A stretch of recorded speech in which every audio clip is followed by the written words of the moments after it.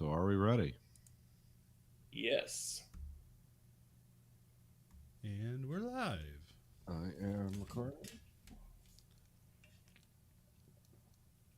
From the industrial wastelands of Michigan to the fruited plains of Iowa, this is Why the would American they do Greek. it sheer perversity?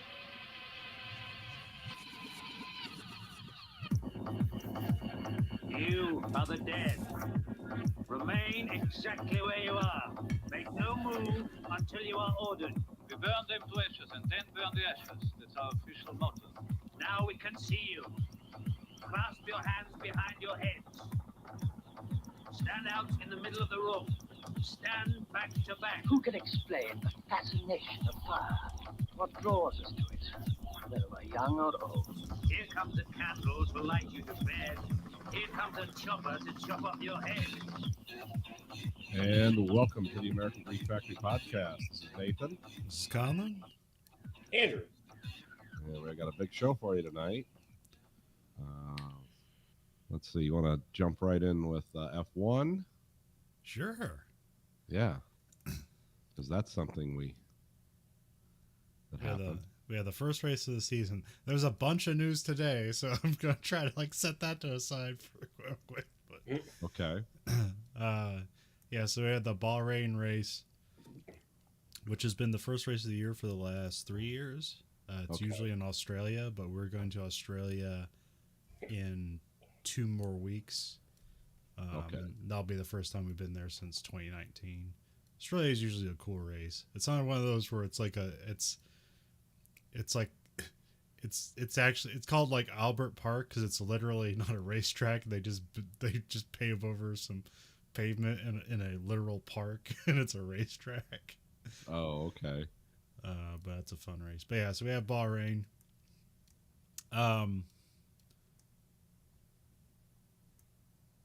Yeah, it was a pretty cool race.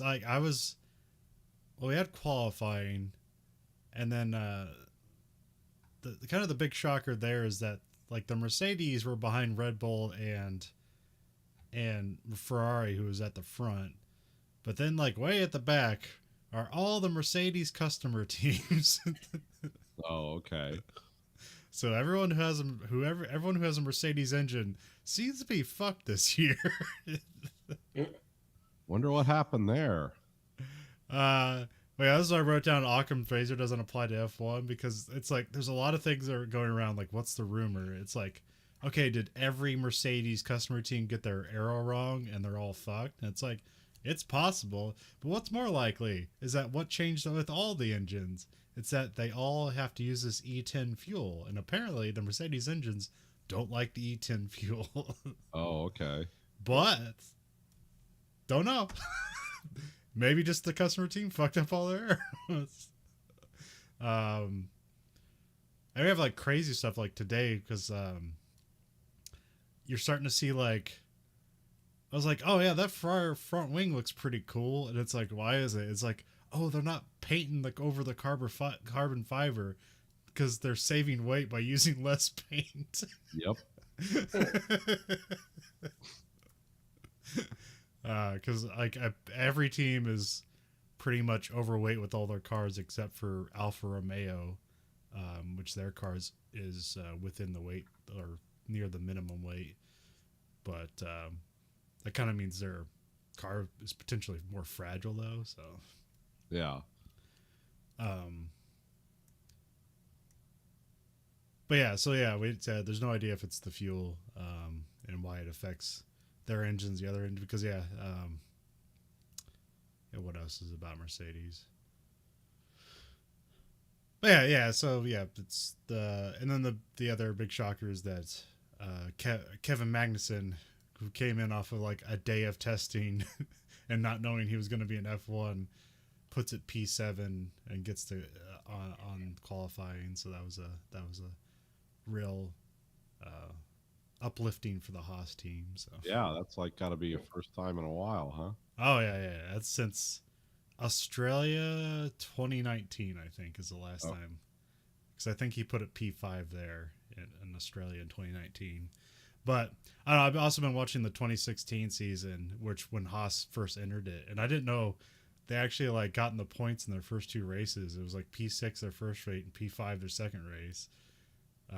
So like Haas kind of has a habit of like looking good in the first couple of races and then just disappearing. So. Yeah. Strong intro, poor follow through, huh? Yeah, well, because their team is smaller and use less money. The way like a team like Mercedes and Ferrari, all the top teams, they can update their car kind of like regularly, like from race to race. Haas, they schedule their stuff like kind of like month to month. Oh, okay. So they don't develop as fast as the other teams, so because it's expensive. Yeah. But yeah, we have the race, and like I set the alarm clock for 9:30 because the race was at 10, and then the alarm clock goes off, and like I wake up and I fall back to sleep, and I wake up and it's like 10:30. I was like, oh shit! So I go throw on the race, and because when the race doesn't exactly start at 10, it's like the broadcast starts. So then you have like, you know, the announcers introduce the track, who's on what position in the grid, and then they like then they go on the formation lap. So like when I actually turned it on, it was like 20 minutes into the race. It was right at the start of when I saw when Max Verstappen and Charles Leclerc were like trading the lead 3 laps in a row at the same turn. I was like, oh wow, these cars can really race against each other. I guess it must have worked out. But that was kind of a misnomer because like there really wasn't that kind of close racing in the rest of the field. It was just them. And it was like Leclerc is actually being really clever. He was just like, yeah, I'll let you through this turn. And he just gets him on the straight in the next one. He did it 3 times in a row. I'll let you do the more dangerous passing. Yeah. He got completely out of his way.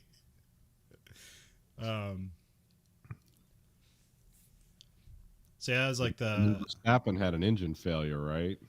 Yeah, but I'm trying to think of like what happened in the middle of the race till we get to that, because that happens towards the end.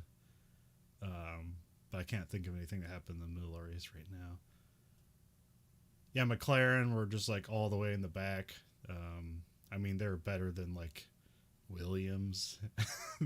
Yeah. and they're better than one Aston Martin, because Sebastian Vettel got COVID, so he's not racing this weekend. So Nico Hulkenberg came in. Oh, okay. But he didn't really. He ended up in last, but he also had like, hey, here's a day to get to know the car, and he actually outqualified Stroll, so that was like actually looked good. But then he ended up last in the race. But yeah, two positive COVID amongst the racers. So, but Daniel Ricciardo got to make it. He had because he tested negative like a day before they started the weekend, so he was good. But not good in the race.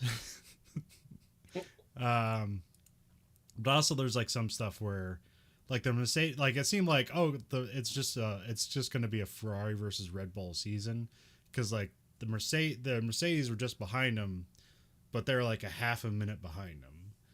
Oh. But they're also ahead of everybody else, so they were kind of just in the race of their own. They're kind of like where like McLaren and Ferrari were last year. But that was kind of, it wasn't necessarily representative, because they tried to do a different strategy where they put the hard tires on to try to make them longer, so that they would pass the other teams while they were pitting and they could stay out there.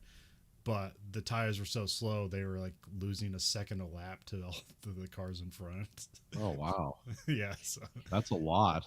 yeah, so so they ditched those. But also like, I don't know, this track's very hard on the cars. Like there's actually a lot of retirements, but like, yeah, McLaren, their brakes were just catching on fire and they couldn't cool them. During testing, Williams' brakes exploded from the fire. Oops. What wasn't actually the brakes? It was like, they call them cake tin, so it's like the drum that the brake presses on. So Right. Okay.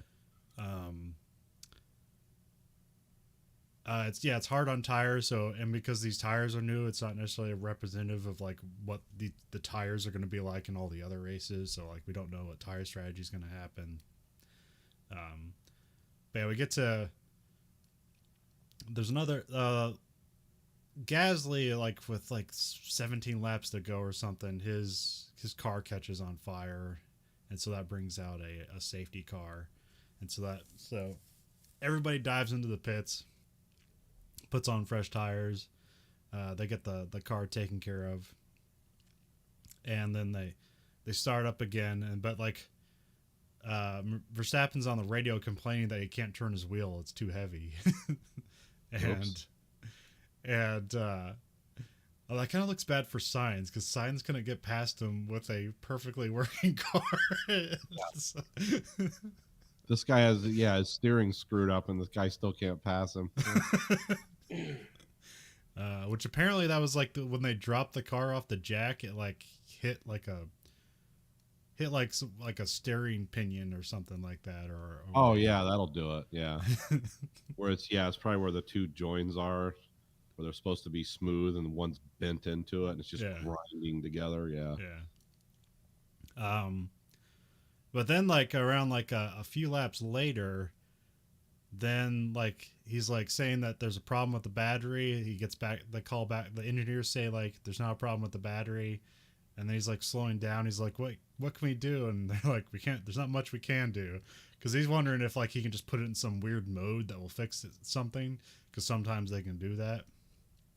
And then his car just basically just conks out, and then he pulls it into the pits while it's just like coasting in neutral. Yeah. So he's out of the race. But because he pulls in the pits, it doesn't like make a safety car or anything like that.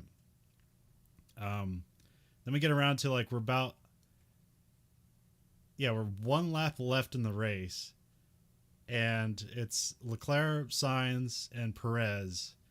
And at the first turn of the last lap, Perez's car also just shuts off. The engine just shuts off. The engine locks, and it locks the back wheels, and he spins in the first turn. So at first it looks like he just fucked up, but he didn't. His car turned off. And then just Lewis Hamilton goes by, and he gets the podium. So Leclerc wins the first race, Sainz comes second, and it's Lewis Hamilton on the podium. So, okay. So it is a bit of a mix-up. Ferrari looks to be back. They seem to be very strong. And it looks like their competition is Red Bull, and they got exactly 0 points. Some of the stories that come out of this, like, they're a bit like they're a bit misleading, because both Red Bulls were like one of the strongest teams. They got knocked out of the race. So that moves everybody up 2, essentially. Yeah. It's not like a back marker got knocked out and then nobody moved up. It's like everybody moved up because of that. But because of that, Kevin Magnussen comes in 5th for Haas, so they get 10 points this year. And they're technically 3rd in the Constructors' Championship. So yeah, that's a feel-good story for Haas. Oh yeah, there's kind of like even though the unfortunate circumstances around it, there's like people making this like kind of like fun thing about like Haas just pulled off the heist of the century, where like they just stole all this money from a Russian oligarch to develop their car for this year.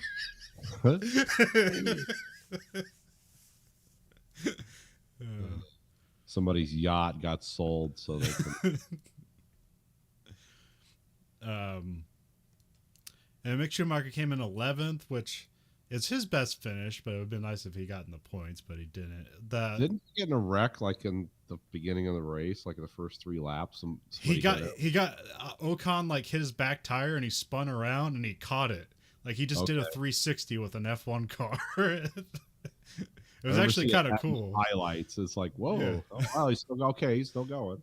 Apparently that screwed up his car, so he couldn't really attack the rest of the race. But yeah, well, also like when that safety car came out, he stayed out on track with older tires, and he tried to like hang it out, and just like he ended up getting passed. So. Oh, okay. But that was kind of like his best. That was his kind of best chance at points if he could have hanged it out. But like I said, that tire is very hard on tires, because like that that track hasn't been paved since it was finished in 2004. Huh. Well, I'm sure like being in Bahrain, it's Yeah, it doesn't Doesn't- like abused by the sun or anything. yeah, it doesn't get weather like it would in like a climate where it rains. But also it's made out of some special concrete or whatever that comes out of like Scotland and it just like Oh. it just does it's like very rough and it doesn't like it's very strong.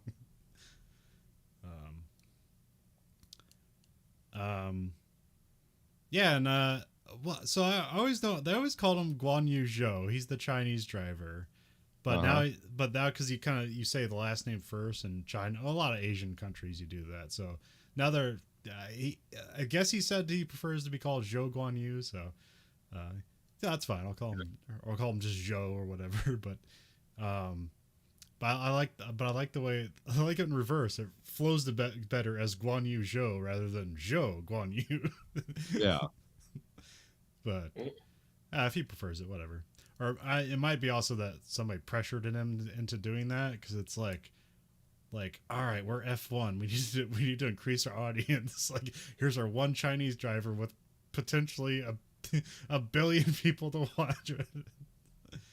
Yeah, I haven't heard of a lot. I've heard of a lot of Japanese drivers as throughout time, but I don't think I've ever heard of a Chinese driver in F1 before. No, he's the first one.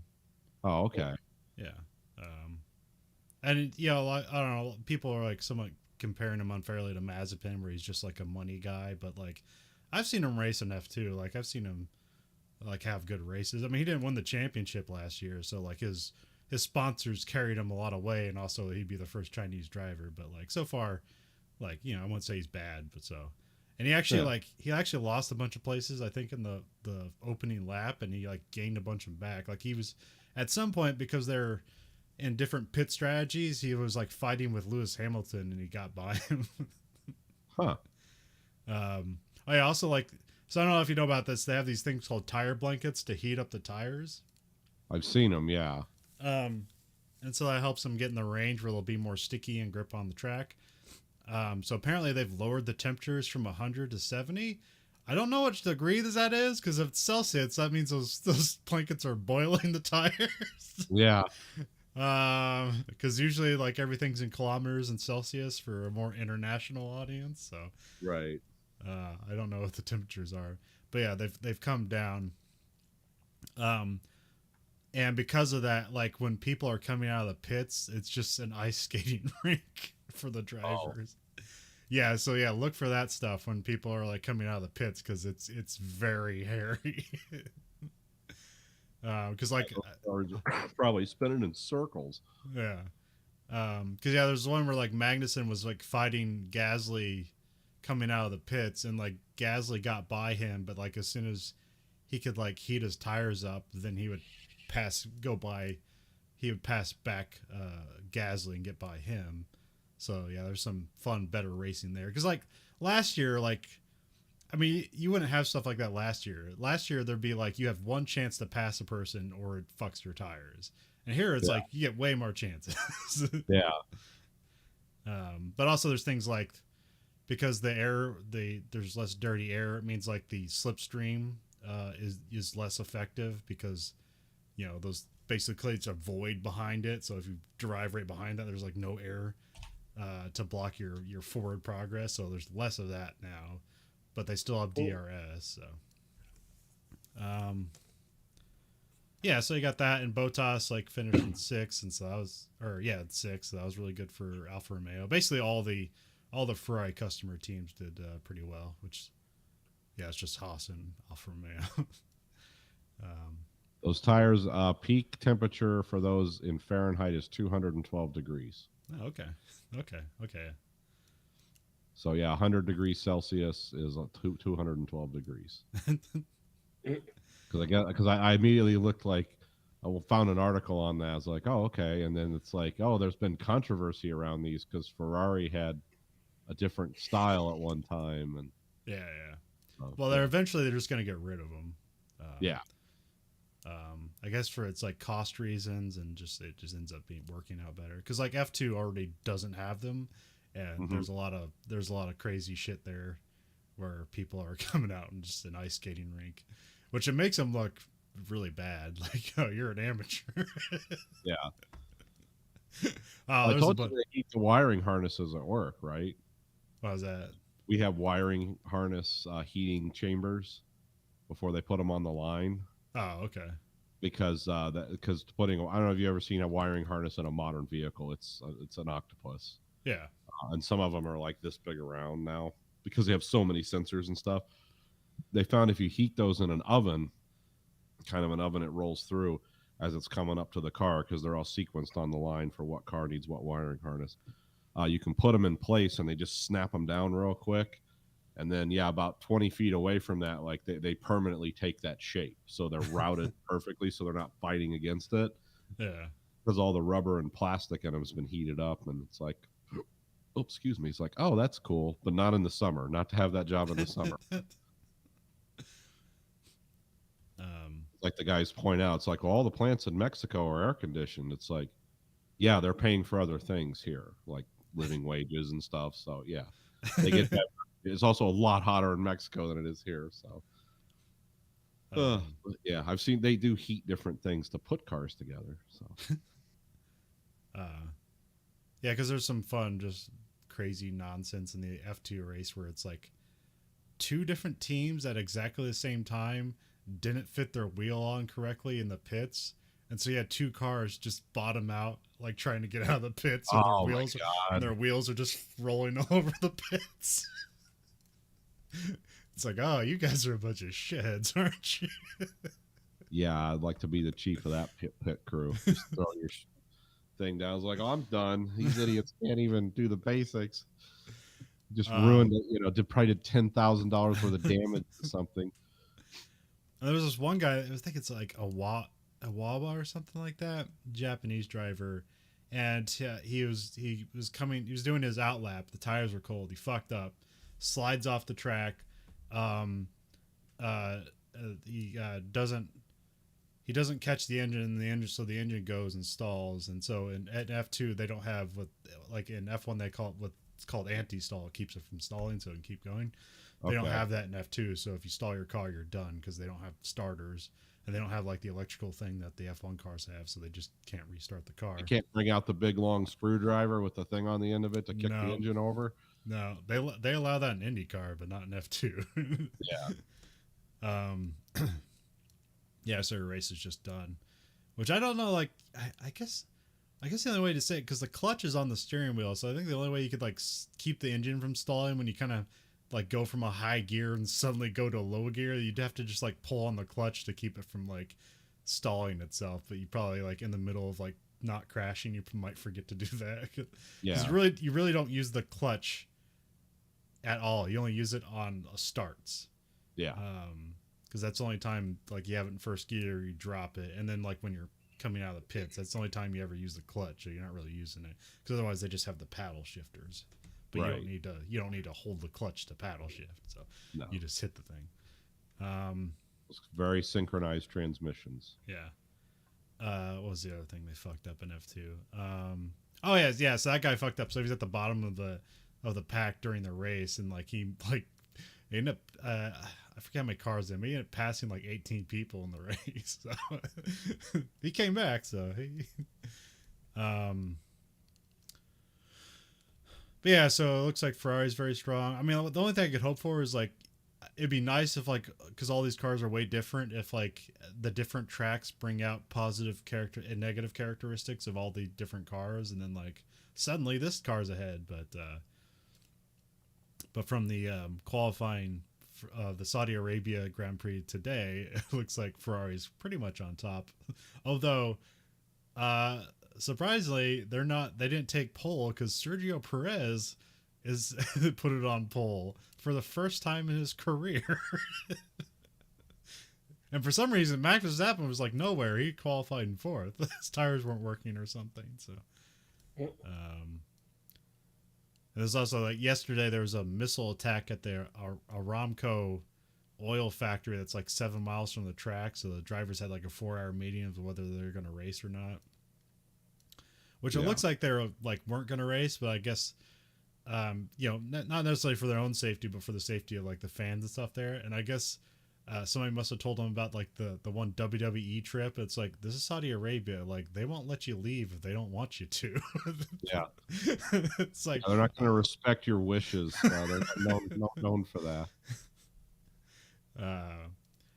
so yeah, they decided to race, which is funny because it's like, oh, I guess not funny, but like, it's like, oh, like they attacked an Aramco oil factory, and there's this like giant building in the sky in the background just says Aramco. It's lit up and everything. Yeah, was that the Houthi rebels or whatever? Yeah. Yeah. And they're using like, I think they use Russian equipment, so never know where those missiles are going to go. Supposedly there's a ceasefire, but you know, yeah, whatever. What's that word? I don't know. I think somebody convinced them. It's like, well, it's lose-lose either way, so let's just get this done and get out of this goddamn country. Yeah. Let's take our $100 million and go. Yeah, because it's like WWE, like they make more money doing those Saudi shows than they do anything else. It's because they pay them like something like $100 million a show. Yeah. Oh yeah. Just look bored on the sidelines. Yeah. Oh well, they've done that. They've done better now, where they don't have just bored Saudi princes watching they actually have fans up front now. So they've done better with that. Men on one side, women on the other. It's really strange crowds. If you no, they're mixed, but only if they're married. Well, I don't. It's different. Like they show a lot of kids, but that's probably some weird loophole too. So yeah. I'm just talking about the guys who did comedy shows over there for like. Yeah, it's like, yeah, I'll do. They'll pay you $10 million or whatever, like for 45 minutes. Yeah, okay. And then they go over there, and of course, once you fly into the kingdom, it's like, well, there's some things we want to talk to you about. And it's all these like Arab guys in suits that have British accents, like they speak English so well. Here's the stuff you can't tell jokes about. Here's the stuff you can tell jokes about. And it's like, oh, because by the end of it, you're like, yeah, just give me my check. Give me my check. You know, because it's such a strange experience but everyone does seem happy, I guess. So. But yeah, the one guy was noticing, he was looking out in the crowd. It was like, oh, all the men down here, all the women on the second balcony. It's like, that's weird. Well, they've had generally progress with the WWE shows where they now have women matches, and now they don't have to wear baggy t-shirts to wrestle in. Now they can just wear outfits, but they're basically full covering outfits. But yeah, it's, you know, which is actually a tremendous concession for as conservative as that country is about that stuff. Saudi Arabia is a neat country to study. It is fascinating. But it's still obvious, like they're just paying these people to make Saudi Arabia look like a normal country when it absolutely is not. No, so. It's not a. But I tell you this way, a lot of countries in the world you could go to as an employee doing something. You know, like if you went to Ireland or Brazil or something, you wouldn't be housed in a compound separate from the rest of the country in almost any place you can think of. If you go to Saudi Arabia to work, and I don't mean entertainment, I mean like if you're like an expert on pumps or something, it's like, oh yeah, we have a place for you to stay, and you stay there unless you're at the job site. Anything you want, just call, we'll get it. But yeah, you don't go out and mix with the locals or anything. It's like, huh, okay. Well, somebody also pointed out that there was other like venues on there, like it's like the Black Eyed Peas are playing there at the same time, and they didn't cancel their concert, so that's why you're going to cancel your F1 race. So. Yeah. Well, they want people to retire there too. They're building the city of the future. I think we talked about this once. Yeah. Oh yeah. Elon or whatever. Yeah. Does it have a cryptocurrency yet? No, but it will. And the other shocking thing, there's much shocking things from qualifying today. Lewis Hamilton out of Q1. He qualified in 16th place. Huh. But George Russell ended up qualifying in 5th. So it seems to be like a big setup problem for him. Yeah. Also, they were having a meeting till like 2 a.m. last night, but I don't know. Everybody did, so I don't think It sounds like there's just going to be a choppy start to this season. Yeah. A lot of things going on, a lot of new technology. What was the average speed in Bahrain and qualifying for both that and Saudi Arabia? How do these cars do speed wise? I don't know the average speed for Bahrain, but it's a kind of a fast track. But there's a lot of hairpins, which is what murders the brakes. It's the hairpins. Okay. Yeah, that's why the McLaren's brakes were melting. They didn't melt in Spain, but they melted in Bahrain. But I heard the average speed for the Saudi street track is 156 miles per hour. Okay. So that's overall. That's not top speed. Top speed's like something like 204 miles an hour. Yeah. But like. Well, I know that they were saying these ground effect cars might be slower but more maneuverable in fast corners. Yeah. But not the slower corners. Okay. Because they're just heavy now. They're heavier now. That's why everyone's like taking paint off to try to shave as much weight as possible. The old U2 spy plane trick. And then, but the other like, well, fortunately it's not sad, but in Q2, Mick Schumacher kind of got up on the curbs, car got away from him, and so they build barriers in places where it's most likely a car's supposed to hit. So, but like he kind of went the opposite way and just hit a concrete barrier. Ooh. Yeah, just spun him around. It was a really bad wreck, but apparently they didn't show it for like a real long time. They cut away from a long time. They didn't show him like giving a thumbs up or like limping out of the car. They said they had to lift him out of the car. So it all sounded bad, but apparently no broken bones. So maybe a concussion, but that's conjecture. No information on that. Yeah. Because there's a light on top of where the T camera is that'll turn on if there's a wreck that's over like 50 G's. I didn't see that light, but that could like it turn on. But yeah, I mean, it seems to be like, there's one picture I showed him where he was in the gurney and he was just talking to people. He even seemed to have like a smile on his face, so he seems to be okay. But yeah. But also he made it like taking like a conk on the head because the back tires like flew off and kind of like hit where the cockpit is, but maybe the halo might have deflected some of those. Yeah. Well, again, out of abundance of caution with a new car, they're probably not going to stick cameras on it until they know, like, oh, generally this is what happens when this happens. Yeah, because they've had that stuff happen before where it's like, oh, let's just show that crash again. That looked cool. It's like, oh, he's dead. Okay, well, that was a bad move on us. So you just watch somebody die on TV. But yeah, one of the things that that makes the cars heavier this year is they added more safety stuff. So okay, well, that's good. And because they learned stuff from the Antoine Hubert fatality in F2, and then like the stuff they got from the Grosjean crash a couple of years ago. So they've done stuff here because like here, like they're like lifting the car up to like take it off the track, and the back of the car fell off because it's actually supposed to do that. Oh, okay. So just shock displacement. Yeah, I mean that's what Grosjean, like the back half of his car fell off in that wreck that he had. But like the unintended consequence of it is like it spit fuel everywhere and caught on fire. So that's one of the changes they had so that wouldn't happen. So at least his car didn't catch on fire. So I'm thinking maybe the reason he didn't like get out of the car was because I remember in the Grosjean crash he got his foot stuck on the pedal. And so he had to like yank. So actually, when he jumps out of the car, he's like he just has a sock on one of his feet. Oh, he just ripped his shoe off, getting it out. Yeah. Oh, okay.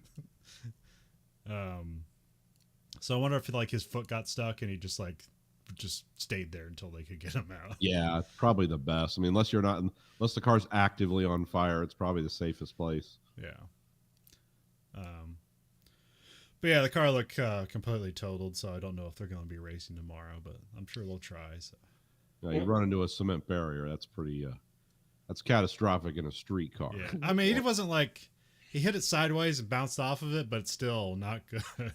Yeah, but it's been a sketchy corner the whole time. Like Alonso, you saw him like catch the car, where he had to like turn the wheel all the way to the left and then just like quickly right before the car hit the same wall.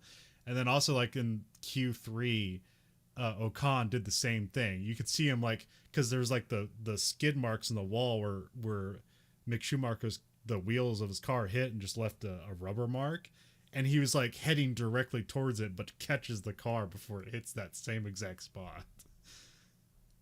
So that was crazy. Yeah, that is crazy. Because also when I watched the replay of it, you could see there was already another skid mark there.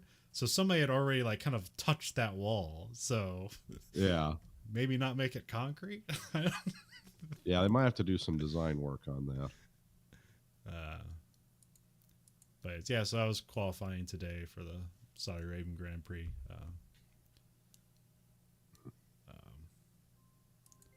Can you guys? I gotta take a call real quick. I'll be back. All right. So, did you ever did you watch Peacemaker? Yes, I watched the whole thing. Yeah, I did too. I was that's usually not my thing. I was pleasantly surprised by it.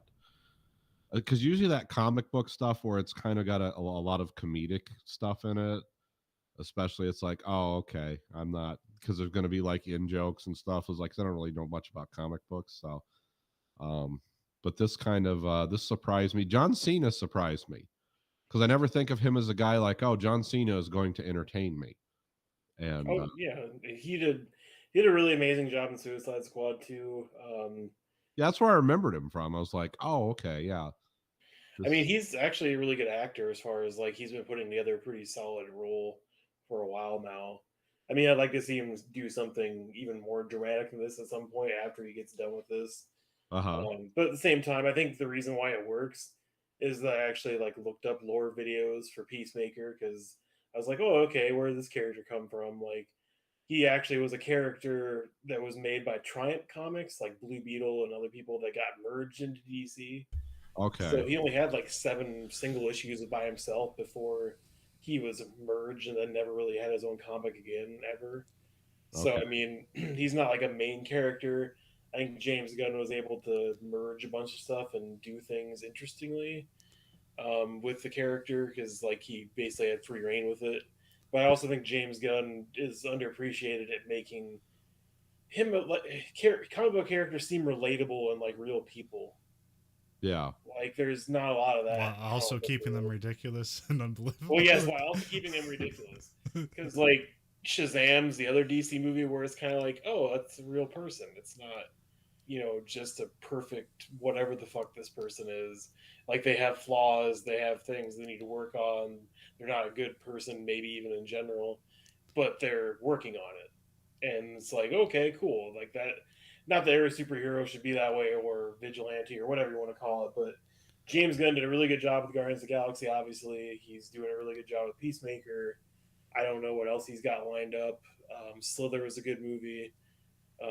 Like, he has a lot of good portfolio, too. Like, he's not a perfect director by any means, but no, like his... You're a big Kabuki Cop fan? Oh, I don't know what that is. He used to work for Troma Films. You know what Troma Films is? Okay, yeah. Like Toxic Avenger. That. Yeah, I didn't know when you said Kabuki Cop. I was like, what the hell is Yeah, he made, I think, or it's like Kabuki Warrior Cop or something. Yeah, it's like that was one of his Troma films he made.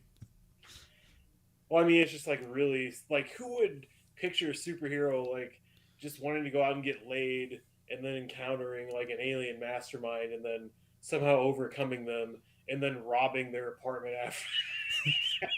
It's like, oh, this is some cool shit. Just like carrying it throughout his escape. just a pillowcase.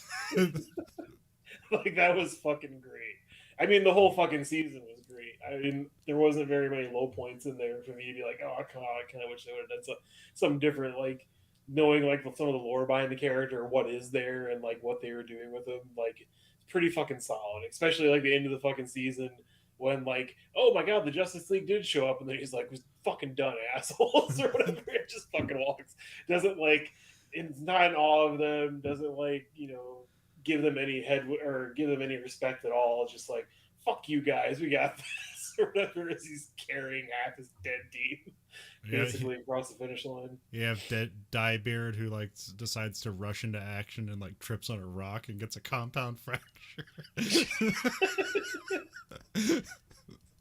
I love how they fucking like they call him Diebeard and then redeem it by like making them have a relationship, and then he still has to confess to dyeing his beard. Yeah. At a certain point. That was fucking great.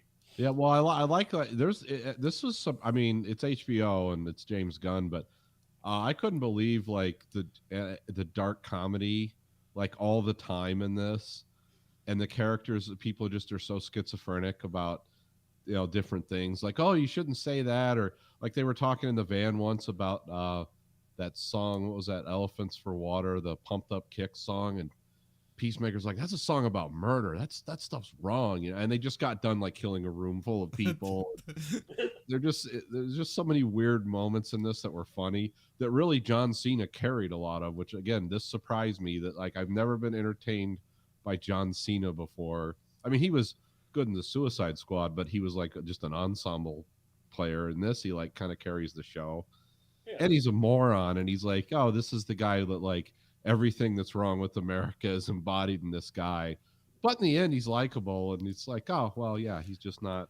Well, and then like his sidekick, who's just a killer, but he's also naive and dumb at the same time. Well, he has rules. Like, okay, like I live by society's rules, but then like, because one part they're smoking weed, and it's like, man, if weed wasn't legal, I'd shoot you both in the head. Yeah, they're just the most extreme interpretation of right and wrong, mixed with kind of this, I don't know, naive view of how the world should work, and just not a smart guy at the end of the day, but brave, but not like. Well, yeah, like the scene of him in prison, like trying to take on Peacemaker's dad so he can kill him and shit, where he's just talking about like his love of black culture, and is like, oh, like you in the closet jerking off to a bunch of black guys railing your mom. Or whatever. Yeah. Like those are your black heroes. Well, also like you, because I have that tropey moment where like somebody's like, it's like, oh, this guy's an obviously bad person, and you have a gun on him. You should probably just kill them. And it's usually like, no, I can't kill them. We have to let them live. And like, nah, he just shoots him in the head, and he's dead now. Yeah. Yeah, there was a lot of that. Like, this is like the common man as a superhero. Like, oh, we're not going to have like a lot of internal crises over what we're doing. It's, I mean, they will eventually. Like the stuff they do comes like. Like it gets to them, but just like they usually kind of put it off to the side till it all blows up at once. So. And then you've got Eagly, like the eagle, the bald eagle, which is actually a character that you come to like, because it's like just this psychotic bird that he feeds Cheetos and corn chips to. It's like, you feed a bald eagle chips? It's like, yeah, he loves them. Like there's just no. That's what he likes, and yeah, there were so many great things. And then the enemies in this were weird. Like it was a really strange enemy, the butterflies. Yeah. Like the weird alien butterfly creatures that possess humans. Yeah, it was almost like what's that Kyle MacLachlan sci-fi movie? Oh, The Hidden? Yeah, The Hidden, yeah. Yeah. But then in the end, it's like, because the one guy who's like the leader of their group, it's like he turns out to be one of them. But he's fighting against the other butterflies because he thinks what they're doing is wrong. And then, like, the lady at the end, I'm just not going to go episode by episode, but in the end, she's telling John Cena, like, we're actually here to help you. You're going to destroy this planet. You've got to change your ways. Our planet was destroyed. And she gives this great speech, and he's like, what does he say? Because the one lady has the helmet on. He's like, torpedo mode. Yeah, activate human torpedo. He, like, takes all that in and just looks at her like, yeah, she might be onto something. No, activate torpedo, and they kill the. Well, he says it like begrudgingly. It's like, what do you say? Will you join us? And he's like almost like about ready to do it, and he's just like, activate human torpedo. Yeah. And then you see the one lady just like flies across the room comically and destroys like this giant baby thing. Yeah, the space cow that feeds them. Which was like perfect to the character. It's like, yeah, he's not going to join these people in some nuanced like we can work together to save the planet. No, that's not the American way. It's so well done. It's like, oh yeah, exactly. This is what he would do, and I'm glad he did it because it's like, yeah, this is what this character is. But then they have like the kind of the duplicity of it where he like still allows one of the butterflies to live at the end. Yeah, he has some of the food left. Yeah, Yeah. because it turns out they're not evil, but they have to be stopped because they are evil, because they're killing people, but for a greater purpose, which is kind of weird. And then the whole thing with his dad, The White Dragon. yeah, it's just that actor though, Robert Patrick. Like he Yeah. does such a good job because a lot of people associate him, like they remember him from like Terminator 2, but it's like no, I associate him more with some of his later like more grizzled like professional acting, and he's just that kind of no nonsense cowboy character, but he's also like we're waiting for this redemptive arc and story between him and his son. It's like, well, it's not going to happen. I mean, his son wants it to happen, but he's just evil. And he has all this high technology, but yet he's like a racist. Like at the end of the day, he's just like, no, I'm not a good boy. He's the White Dragon. So that's like a clan rank, I think. But yeah, that's Yeah, we don't know if he created this technology because he's really smart, or if he just like found it or something. I'm guessing he found it. Yeah, well, yeah, because there's nothing that like implies that he's actually smart or anything, but he has like this like hidden like pocket universe in his hidden behind a closet. Yeah, and he's got the helmets that Peacemaker wears with their. I love that conversation. He's like, that one does this and this one does that, and it's like, what does this one do? That one gives you scabies. Like, what the hell's that for? Is like, hell, you got to plan ahead if you get scabies. Teaches a man to think. It's like just so many strange non sequiturs like that. Sometimes a man needs a challenge. Yeah. Well, that and just like the end of every episode, like the end after credit scene, like a lot of them are really fucking great. Like the duck in the human suit or whatever. Like Bart, where it's like, Yeah, how the fuck would that even work, man? The proportions are all wrong. It's just like going on about that even more. Yeah, the after credit sequence are all jokes. They don't like here's the next episode or anything like that. They like cut in between, like they're either like, and they're usually like in the middle of the episode where it's a sequence we've seen, but there's just like a little bit they cut out and like add at the end where it's just like, I don't even know if it's like planned or if it's just like, all right, let's just let everybody riff. Well, have you guys seen the outtake reel they put out? No, I I haven't have seen that yet. Yeah, like there's some really good fucking like ad lib jokes in there, and John Cena does not break for fucking anything. Like everybody else breaks around him all the time, but he just gets all these great fucking lines off where everybody's just not even fucking able to keep a straight face. Like he's talking about fart porn. He's like, well, Vigilante, he's a Windy City tradesman, and I'm an East Coast tradesman. That means I eat the wind. Or whatever. It's just like going off like it's normal, and like everybody else is like, what the fuck are you talking about? Or just like oh fuck, there's like so many like I didn't know Vigilante was a recast.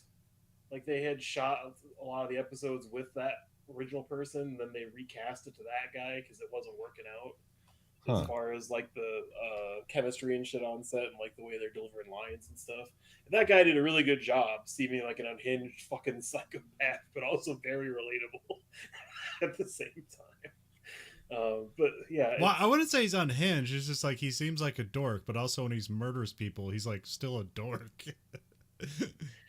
Yeah, he apparently has all these like fighting skills, but he still comes across as kind of this weird, nerdy psychopath. Well, I was wondering if there's anything like is he somehow like a because he has like, yeah, because he is a psychopath, but he's like, he thinks he's on the side of good.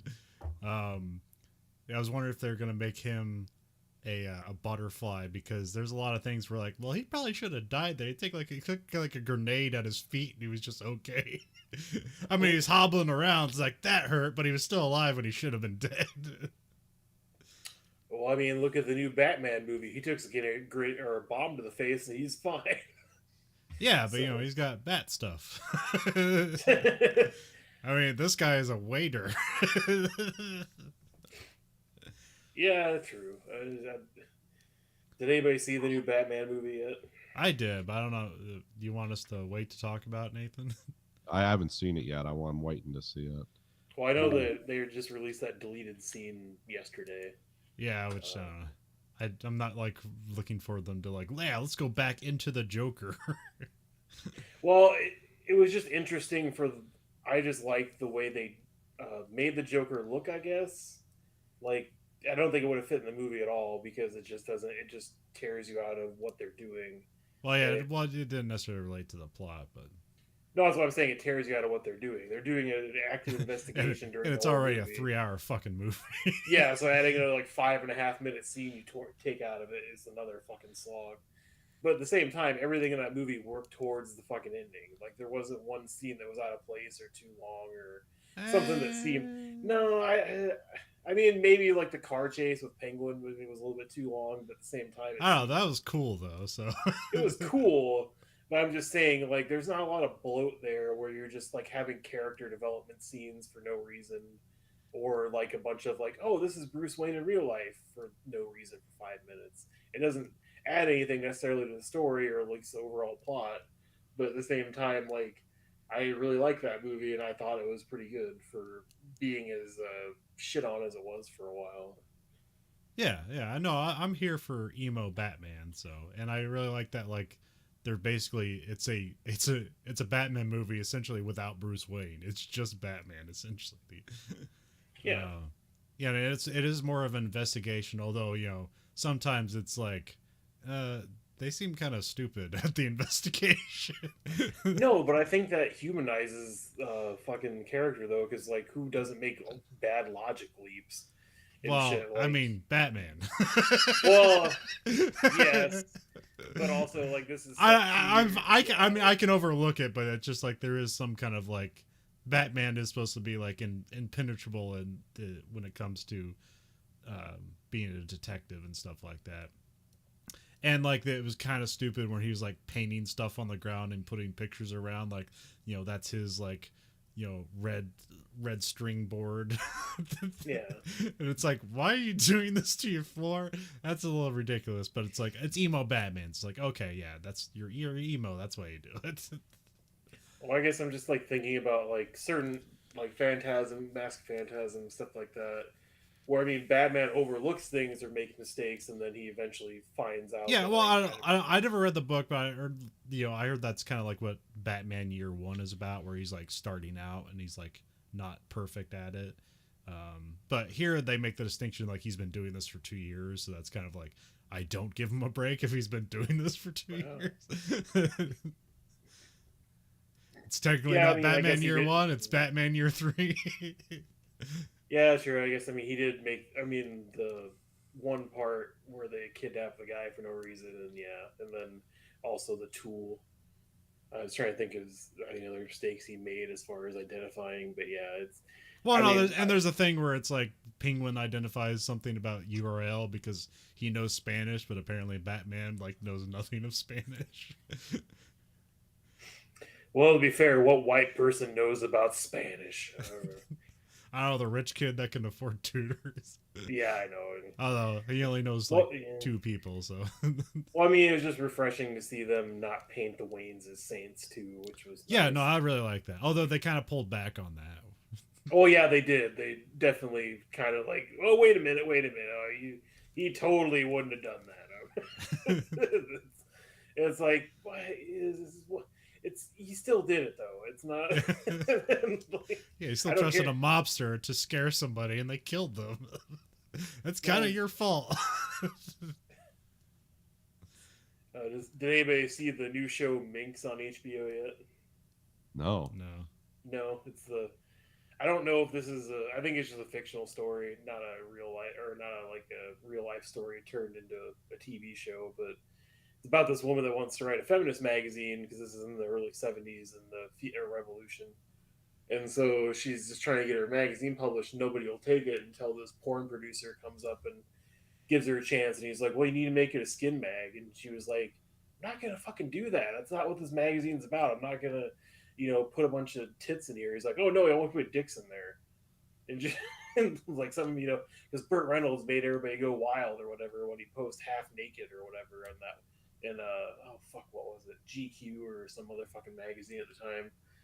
And so finally they do all this stuff and shoot this one guy's naked portfolio and stuff, and get a bunch of articles together, and the cop sees everything, and they're trying to get the magazine issue back on time so they don't go out of business and stuff. Like, it's only 3 episodes in, it's on HBO. Like, there's enough dick pics in the first episode to write a lot of injustices and just only female nudity in Hollywood for a while. But at the same time, like, it's a pretty interesting show. I mean, what's the guy's name? He was on New Girl, and then he was in that one time traveling movie where it's like the guy is hiring people out of like the wanted ads and shit like that, or the one ads. I can't remember the goddamn name of that movie. Like, he's the porn producer, and he's pretty good in that role.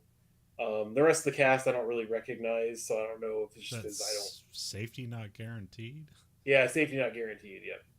He's the guy who's in that. Him and the female lead do carry the show a lot, but there's some good characters in there. But yeah, it's a solid half-hour show. It's not anything too fancy. Okay. Yeah, it's only a half hour. But yeah, it's pretty good so far. Obviously, me and you were talking about Reacher before. Nathan, have you watched anything of Reacher? I watched a couple of the episodes. What do you think so far? I mean, it's kind of cool. I mean, the actor's like more like the novels. Yeah, he is. It's this giant man who's kind of reasonable, but it's like you can't beat this guy, And he's also like very he understands the law, and he's always evaluating scenarios from far away. So maybe not as exciting as the Tom Cruise movie, but definitely it seems more true to the book and the stories too. It's a very long story. I only watched 3 episodes, and I had to watch other things, so I intend to come back to it at some point. I heard it's like Amazon's biggest show, so yeah, it's not bad. Yeah, it's good. It's a lot of twists and turns. And is it going to make him regret spending like $500 million on 2 fantasy franchises? I don't know. I haven't seen them yet, so. Yeah. Oh no, you saw one, the Wheel of Time. Oh yeah, I should see the Wheel of Time. Yeah, that one got better as it went along. I was not impressed with that initially, but then it kind of like, because it deviated so far from the story in some ways, but then they kind of tied it up and made it a little better. I was gonna say, because everything I saw for Wheel of Time did not make me want to watch that show. Well, like I said, it's a rough start. It did not impress me the first couple episodes, but I'm like, well, I might as well watch this because I have to do a rust effect on this tank. So yeah, I'll have this playing in the background. I don't know, do you think it's made better if you have an affinity of books or not? It's not required. It's definitely not required because it drifts kind of like the characters from the books are there, but some of their relationships and to each other and the world around them are very different than the books. But also, I think they're trying to wrap this up in less than 5 or 50 seasons, so they might have to do this. But as far as how it looks and how it's made, it's nice. But it's everyone's trying to make that new what's that the dragon the HBO show. Oh, Game of Thrones. Yeah, everyone's trying to make the new Game of Thrones. So, but. And I don't know if they should be aiming for that time period all the time anymore. I mean, is The Expanse actually over now, or is it just in its last season? Okay. Because my wife was watching the 6th season or whatever, and then had like an advert, like the last season. I'm like, wait, Marco Inaros is still alive, and it's the last season? What the fuck's going on here? And so I was just confused. Yeah, they just ended it on the last book they were on. They didn't shove it together. I mean, they even left it. They even did stuff from Strange Dogs, like leaving okay, this is what's going to happen in the future, and they just ended it where the books ended, where they left off. So yeah, there's more to make, but they just ended it there. Which I saw a bunch of clickbaity articles where it's like, is this the last season of The Expanse? And you click on the article, and it's like, it is in fact the last season of The Expanse. It's like, fuck you. All right, let's all call back. All right, I got to call you back.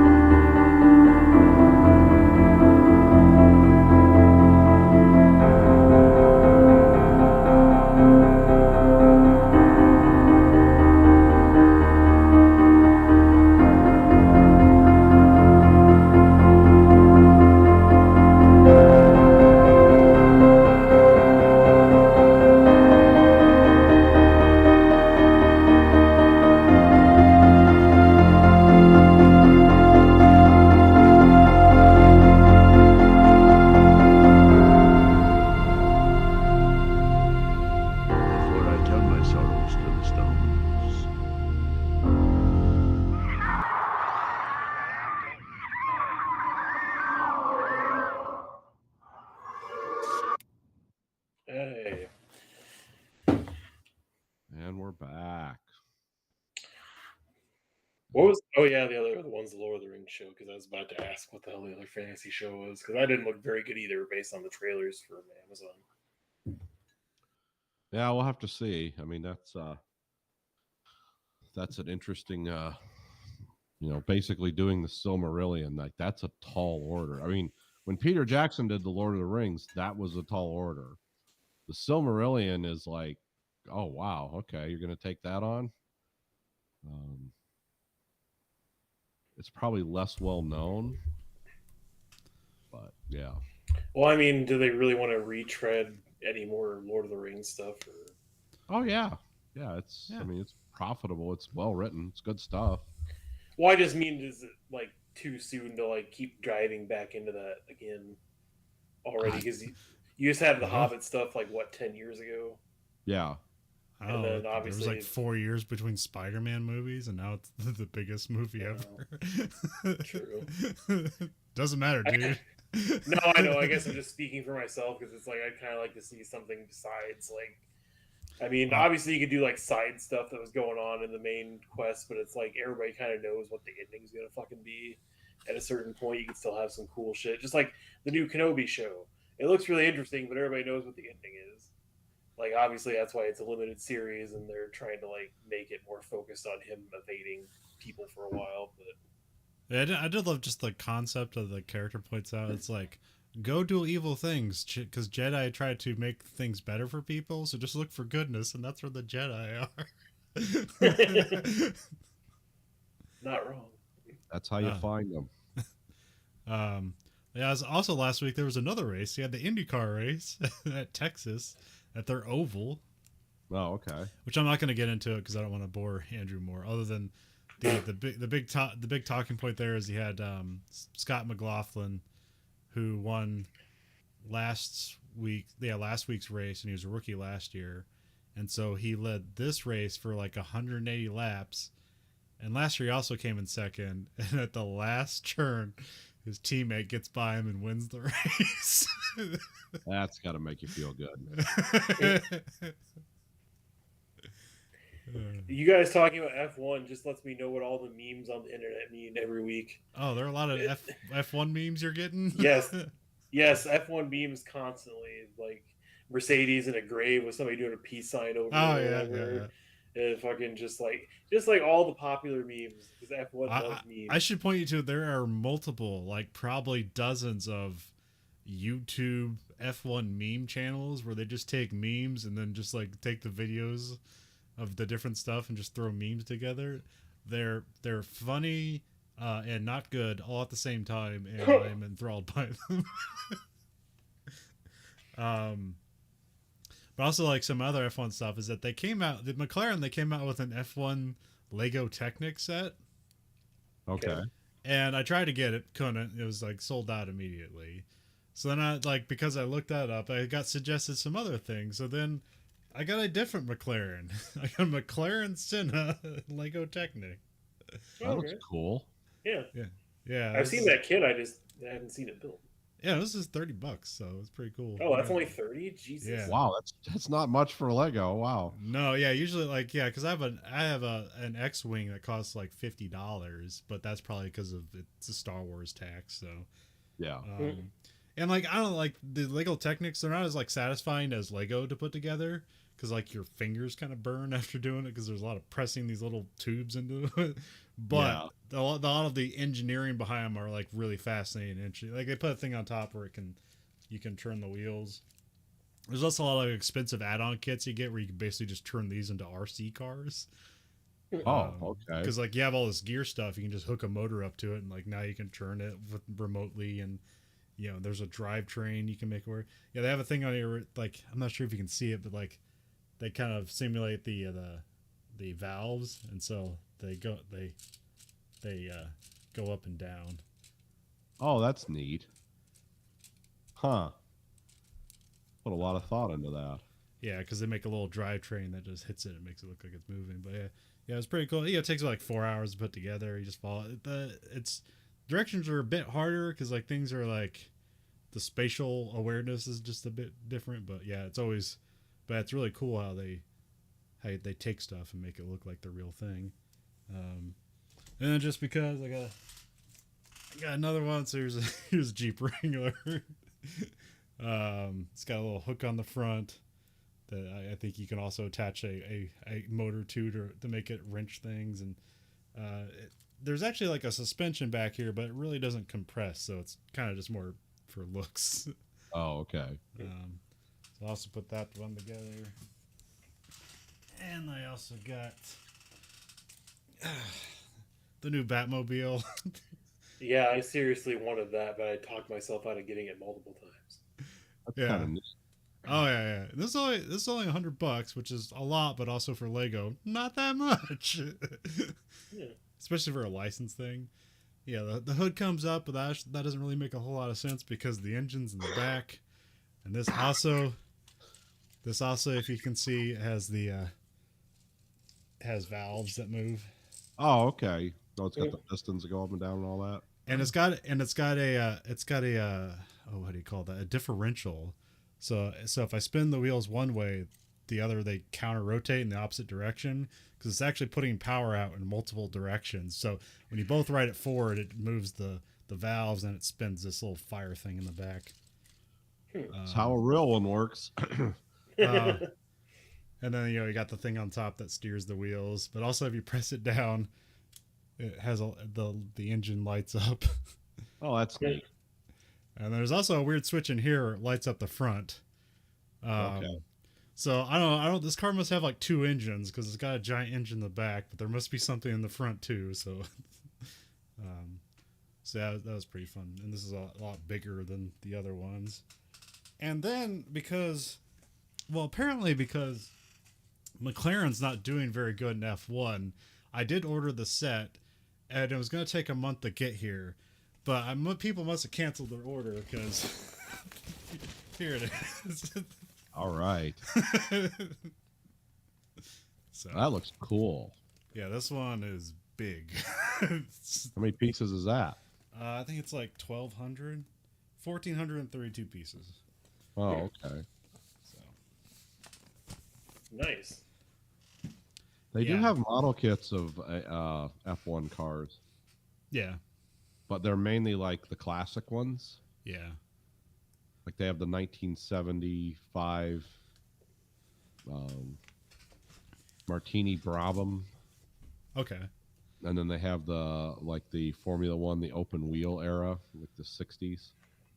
I mean, there's I mean, no, I mean the completely open wheel. I know they're still open wheel, but and they have a huge one that's like $500. yeah. But it's got like all the component, like you can just it's like you're building an F1 car. Yeah.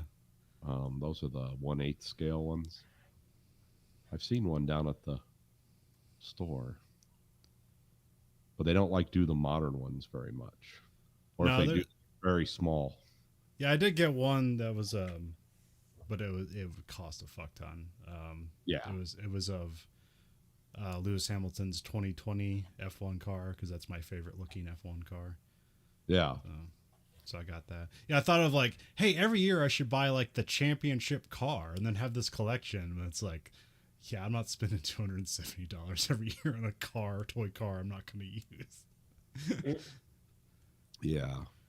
Yeah, you can't because they like ship out of Germany and you gotta they get literally shipped here on a boat. So because all that F1 stuff is sold out of Europe. So Mm-hmm. Yeah, Yeah, you like know- the big $500 one. That's that's Revell, Germany. oh, okay. It's cool. I mean, it's big. It's 1/8 scale. So by the time you're done with it, it's like this big. And the reason it's so big is every component that's in that car you build. If you're a psychopath like me, you strip all the chrome off of it with cleaner and paint it to look like actual metal, which I've done many times on many things. But yeah. And then they have what's the biggest one they have? They have a Lotus, but it's an Okay. even bigger scale, and it's like $700. But it's like something I'm not good enough of a builder to make that worth my time, because building cars is weird and it's different. Sometimes I do it, but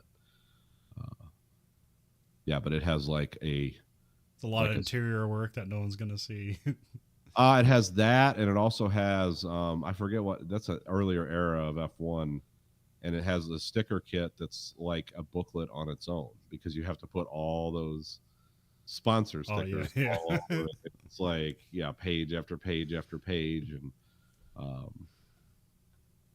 But yeah, that's cool. I always wanted to build a model of the Lola race cars from THX 1138. Okay. But they don't. Those are that you can buy a model of that car, but it doesn't look like for the movie. They made them look all weird. That was funny when they got those because I don't know if you remember seeing them drive those in the movies. It's like, oh, these guys don't know what they're doing. Like they're driving these incredible fast cars, and they don't, you know. And it's like, no, those accident, except for the one deliberate accident that they did plan, like when the guy stalls it and it doesn't start, and they have to fight him to get him running and stuff. That's because the guys driving them, like those, they were shooting those in an abandoned subway in San Francisco, and those cars are very, very hard to control under low speeds because they're race cars. So yeah, they were stalling them out and everything, and then people kept calling the police when they were doing the long chase with the guy down the tunnel when the motorcycles are chasing him, because they took the actual sound of the car out and they replaced it with something like futuristic sounding. But those are just like open manifold, or just open exhaust race cars, and they were running them down that tunnel in San Francisco at like 2 a.m. and people were calling the cops like, we don't know what's going on. There's this roaring sound. But yeah, someone gave them those cars. Is like, yeah, you don't mess them up. You can decorate them a little bit, but don't like crash them or burn them or anything. And like that production could not have afforded those cars if they didn't know someone. But yeah, trying to film in those and act in those was really hard. Because I don't notice if you notice who's the main character in that, the actor, Robert Duvall. Yeah, when Robert Duvall, remember how they shoot him and he looks like he's driving like this in the car? Because they had the camera on top and they had a camera inside, but those cars are so compact and he's kind of a tall guy. He couldn't sit upright in it. So he was like doing this because they were just dragging it along. He wasn't driving it. But yeah, he was like how he was driving. It looks like he's driving like this. And it's because, yeah, he couldn't fit in the damn thing. But yeah, that's there's a little mini documentary about those cars and THX 1138. And it's like, oh yeah, those were monstrously difficult, even with the professional drivers they had on set and stuff. I think those were race cars from the late 60s, early 70s or something. Yeah. But yeah, I always thought those were cool. Just be fun to have around the house. So we read a book. Yeah. We read the final book in the Expanse series, the Leviathan Falls. I don't know if it's the final book. I think it's the final book with these characters. They've left themselves a lot of room to write things in the middle. But this essentially ended. And I was pretty satisfied with it. It took me a while to read it because I have all kinds of other things going on, but I did enjoy it. I'm a little late in reading this, consider it came out in September of last year, but I did enjoy it. Everyone kind of ended up doing what they did. All the characters stayed true to themselves. Yeah. The only thing I thought was like not satisfying is like like you have spoiler alerts. Anyone listening to this, we're gonna spoil the whole book. So. Spoil the whole series, even though it's this series, this section, these last 3 books are kind of a trilogy unto themselves. Yeah, the Leviathan was just like a 3-novel trilogy, 3-novel trilogy, 3-novel trilogy, because that's how I saw the structure of it. Yeah. But you have like this evil, malevolent alien force, and you don't know why it's doing what it's doing. It's like, you haven't really moved that plot forward. How are you going to solve it? It's like, well, we got a paragraph for it. And it's fine. It's fine. Well, I mean, with that, it's like if you pay attention to the Millerisms, because Mind Miller comes back in this at the end, which was nice to see Mind Miller again.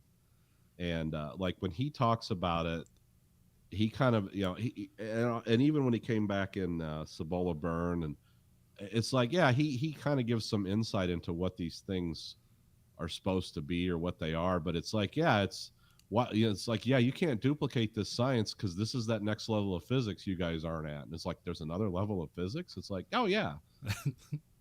And he kind of explains, it's like, yeah, all this stuff they're doing with gravity displacement and instantaneous travel. Like that's what's making that's why the evil aliens destroyed the ring builder society, because they're essentially shunting that into their reality, and it's causing problems. They're stealing energy from their universe. Yeah. And then to power all this stuff. Right. So they're fighting back. So that's why they have to we have to turn it all off. But anyways, that's not where we start though. We start the book with like just another Naomi's like the head of the resistance again. Yes. And they're like coordinating things. And then we have the Admiral Duarte is like basically gone insane and is teleporting about the universe. Yes.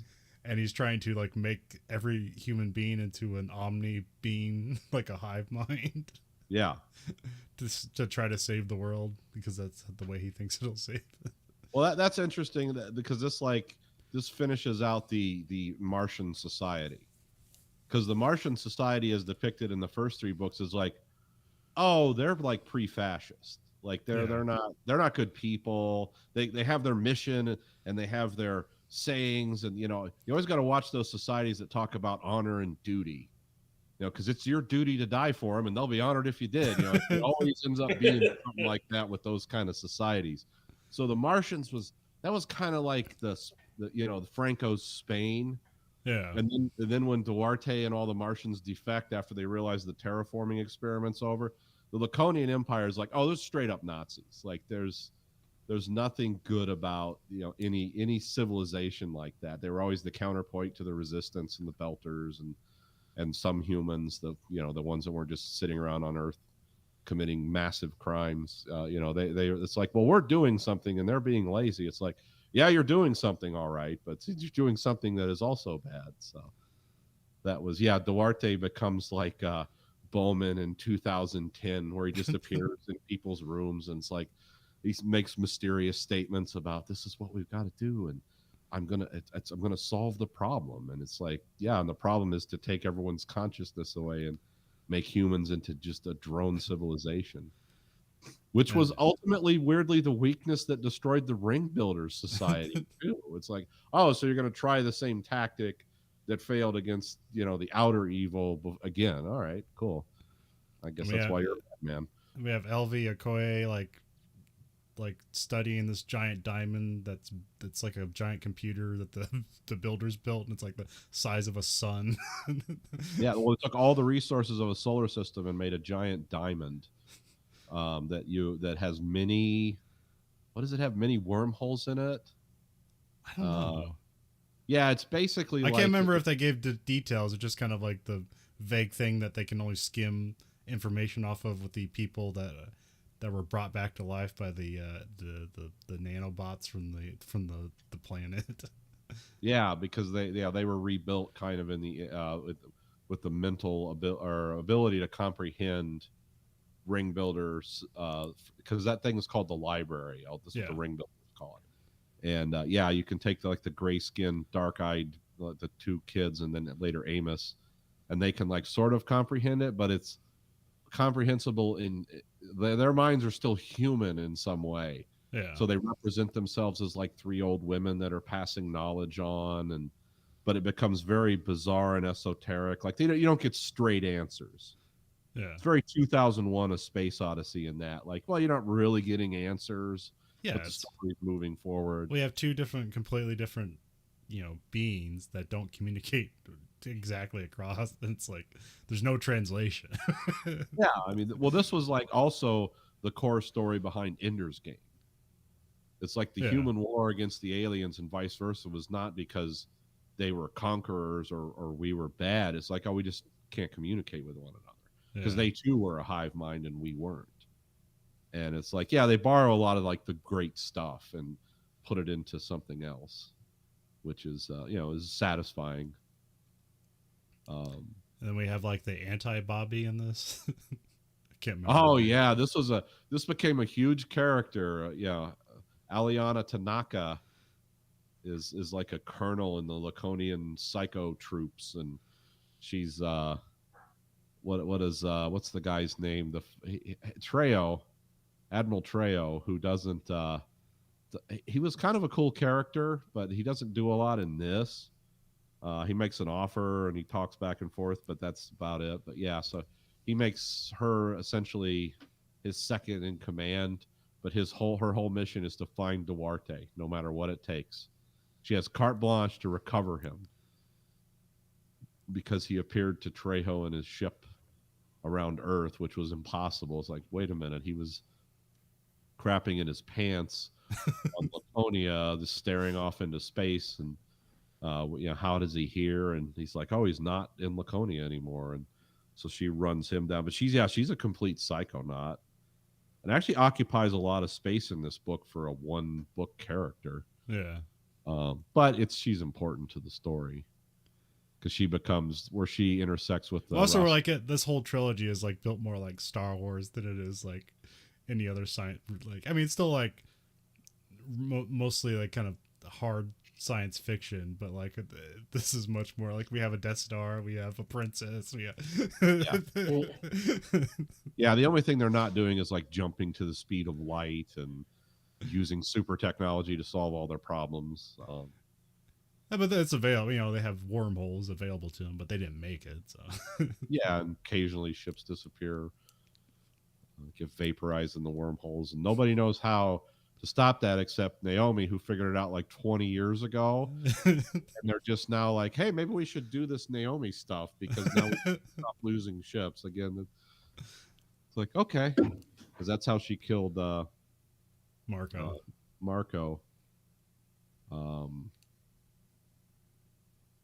And so Tanaka, she basically finds all the stuff on Laconia, like the repair drones that fix people in the pools of nanotech or whatever. And she's like, oh, Duarte was here and he must have taken some kind of ship or vessel from here. And then like this wonderful technology that basically grants immortality, like she just like starts destroying everything. It's like, oh, time to leave Laconia now. And I got to find Duarte's daughter because that's the key to him. It's like, oh, okay. She's definitely using power in a weird way. Yeah, she's also like illegally doing drugs and sleeping with like enlisted soldiers and stuff. Yeah. Which I guess they'll shoot you for in the Laconian army. I don't know. It sounds like something they do. But. Yeah. And so then, yeah, like I said, we got the gang back together on the Rocinante, and we get more blips across the universe. Except now, instead of people just passing out randomly, we now have people crossing memories between each other. Yeah, they're like losing their personalities and memories and slowly going insane. Which I like that bit where it's like, because it happens to Tanaka, and she's like, nobody can know my secret, so she's like extra motivated to kill everybody that'll stop this. And yeah, they give them dangerous drugs to slow that effect down, and she's like taking 10 times the amount by the end, because the doctor that like this will suppress that, but there's horrible side effects, and she's just like jamming it in like good. Yeah, she catches up to the Rocinante on like some planet, and then she like blows away Amos with like a shotgun blast to the chest or something like that. It's like, well, I guess he's dead, but I mean, we already shot his head off in the previous book, so we know he doesn't always die. Let's talk about Amos a little bit, because we kind of expected like from the last book, because now he's some gray-skinned. He looks like he was kind of a weirdo always. But now he looks really scary because his sclera, his eyes are black, and but he's exactly the same. Yeah, he's just he still kind of smiles all the time and looks at people and is prone to. Just Amos was always off, but now he just looks off too. Yeah, now he just looks the part. He doesn't look like a space mechanic. He looks like a monster. Because doesn't LV like really? She's afraid of him, and it's like, oh, this guy's evil. He's just. There's nothing, I don't even want to be in the same ship with this guy if I can help it. But he's still essentially the same. Yeah. Like, it's just Amos, but it's like, oh, okay. But now he basically gets his, like, chest blown apart. And Jim shoots Tanaka in the face. Doesn't kill her. But it's a point-blank shot to the face, so he meant to kill her. And so then they take Amos to the ship, and they're like, "Well, I guess." Well, we also have like your famous story. I already. I forgot. Yeah. Like we're Yeah, like, so the Rocinante, they're because they were gonna put Duarte's daughter, and I'm not, what's her name? Why am I reading? Because I have notes here. I didn't write her name down. Anyway, Teresa. They're gonna put her in a school on some kind of obscure planet in the Ring worlds, or in the Ring system somewhere, because it's not safe for her to be on the Rocinante. She's just a child. And the dog makes it all the way through, which I like too. Golden retriever in space. But of course Tanaka's one step ahead of him, and she shows up at the school with like a squad of Marines and herself. And it's like, yeah, the jig is up. These guys will just rain fire on you. It's like, no, they won't, because they don't want to hurt Teresa. And then there's back and forth. And then, like Amos, or no, not Amos, Holden, like tells their pilot, what is it? The pilot, the guy they killed in the TV series, but he's still alive. It's not coming to me. Why is it not coming to me? Alex. Yeah, it's like, okay, yeah, we got this fire team like on this hill, and they got the body armor that's like practically impenetrable by normal firearms.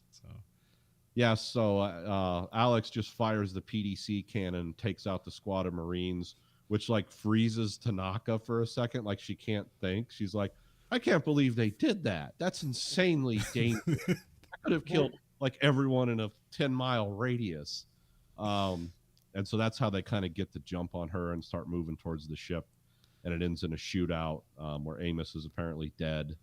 But I'm glad they included that in the book, because I always wondered, like, what would happen if you fired like a mag cannon in an atmosphere that's like, oh, that would just be incredibly loud and destructive. And it's like, oh, they did it. Good. It's something I've always wondered about in the Expanse universe. Like, what could you do in an atmosphere with these crazy weapons they have? Andrew, did you have something you were going to interject with? No, I mean, I was listening to you guys talk about it, because you're breaking it down better than I would articulate it, so I'm just listening. Okay. Well, I it's write notes, so I'm I read it pretty much immediately when it came out, so I'm kind of like falling off on some of this stuff. So I didn't know if you had. I read it exactly when it came out too. So okay. I mean, I had a pre-order for like 6 months. So, and I have the new Alien book pre-ordered too. Oh. Anyway, I don't really have much to add. I mean, I like the ending, I guess. I don't know what else you do with the ending. Yeah, it's fine. Although I do think it's the best epilogue ever written. I mean, the hive mind thing doesn't really seem like it would fly anyway, because Durate thinks the humans are... That's why it's going to work this time. Humans are stronger and we're more numerous. And it's like, okay, but it didn't work the last time. I don't give a shit. They had better technology and better weapons than we did. And it's like, oh, we can just conquer them. It's okay. And it's like, I don't think you get it. They're basically space gods. I don't know. Like, if they can fuck with time and gravity and all this other shit they've done throughout the books, I can't understand how you think like a big rail gun or a sun-going supernova is going to stop them, but whatever. But no, it was interesting to see Teresa and her dog both survive the end of the book, and the ending with Amos greeting another alien race was nice. Well, it's not an alien race. It's just humans from the future. It comes down to like Duarte has to go to the ring gate control center or whatever. Yeah. And so Holden goes down there to try to stop him, because like he's going to do this thing where he makes humanity a hive mind to stop everything, and then so he goes down there and need to shut off the ring gates, because that's going to solve the problems, because the other aliens from the other universe, like that's the problem, and they're mad because they're stealing the energy from the other universe. So you shut it down, it stops the problem. So then basically a bunch of tells everybody to go off, and so everybody goes off in a different ring gate, and he shuts down the ring gate, which kills him in the process. And this also where we remember he's injected himself with proto-molecules. Oh yeah, that's right. Yeah. That's why Mind Miller shows up. That's the only reason he did it, so that Mind Miller would come back. And help. And him. that's where, yeah, and then because that's where Miller explains what happens is like when basically a paragraph of like, what do they want? It's like, well, we're stealing energy from the universe. They want you to stop. That's pretty much it. Although again, like you said with Naomi, it's like if you just followed her plan, apparently the other universe probably wouldn't wouldn't be bothered by it. Yeah. But yeah, it's that's kind of the best way to handle it because you've given no agency or voice to these other aliens. They just exist, so there's no reason to do it late in the game. So, but then that shuts the ring gates down. So then you have humanity spread across thousands of different worlds, and there's no way to come back because the ring gates shut down. They don't have technology to cross those distances, and then. Basically almost everybody survives except for Holden. I mean, at the point, there's a bunch of people that die, but well, yeah, him and Miller talk because that there's always this is what I like about The Expanse is the horror of it. Yeah, because as they're about to deactivate that ring gate system, Miller and Holden, because they're basically using the same mind, they're having concurrent thoughts, but it's presented as a conversation. It's like a lot of those systems are not self-sustaining. Like they're still importing food. They don't have everything they need. And he's like, millions of people are going to die if you shut these gates down. He's like, I know, but there's no other way. And so they do, like, they always recognize, like, what we're doing is going to have huge consequences. But, apparently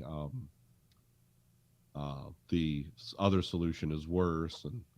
And the thing I liked about the aliens, what I call the outer evil in here is like that's almost like Lovecraftian. Like those are like eldritch gods that you can't really comprehend their motives and means.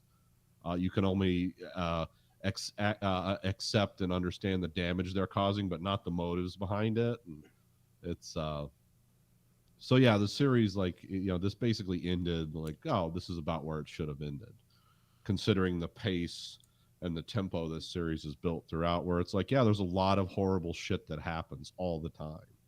Millions and millions of people have died in the course of this series. So they, you're not left with any solid answers, just some clues.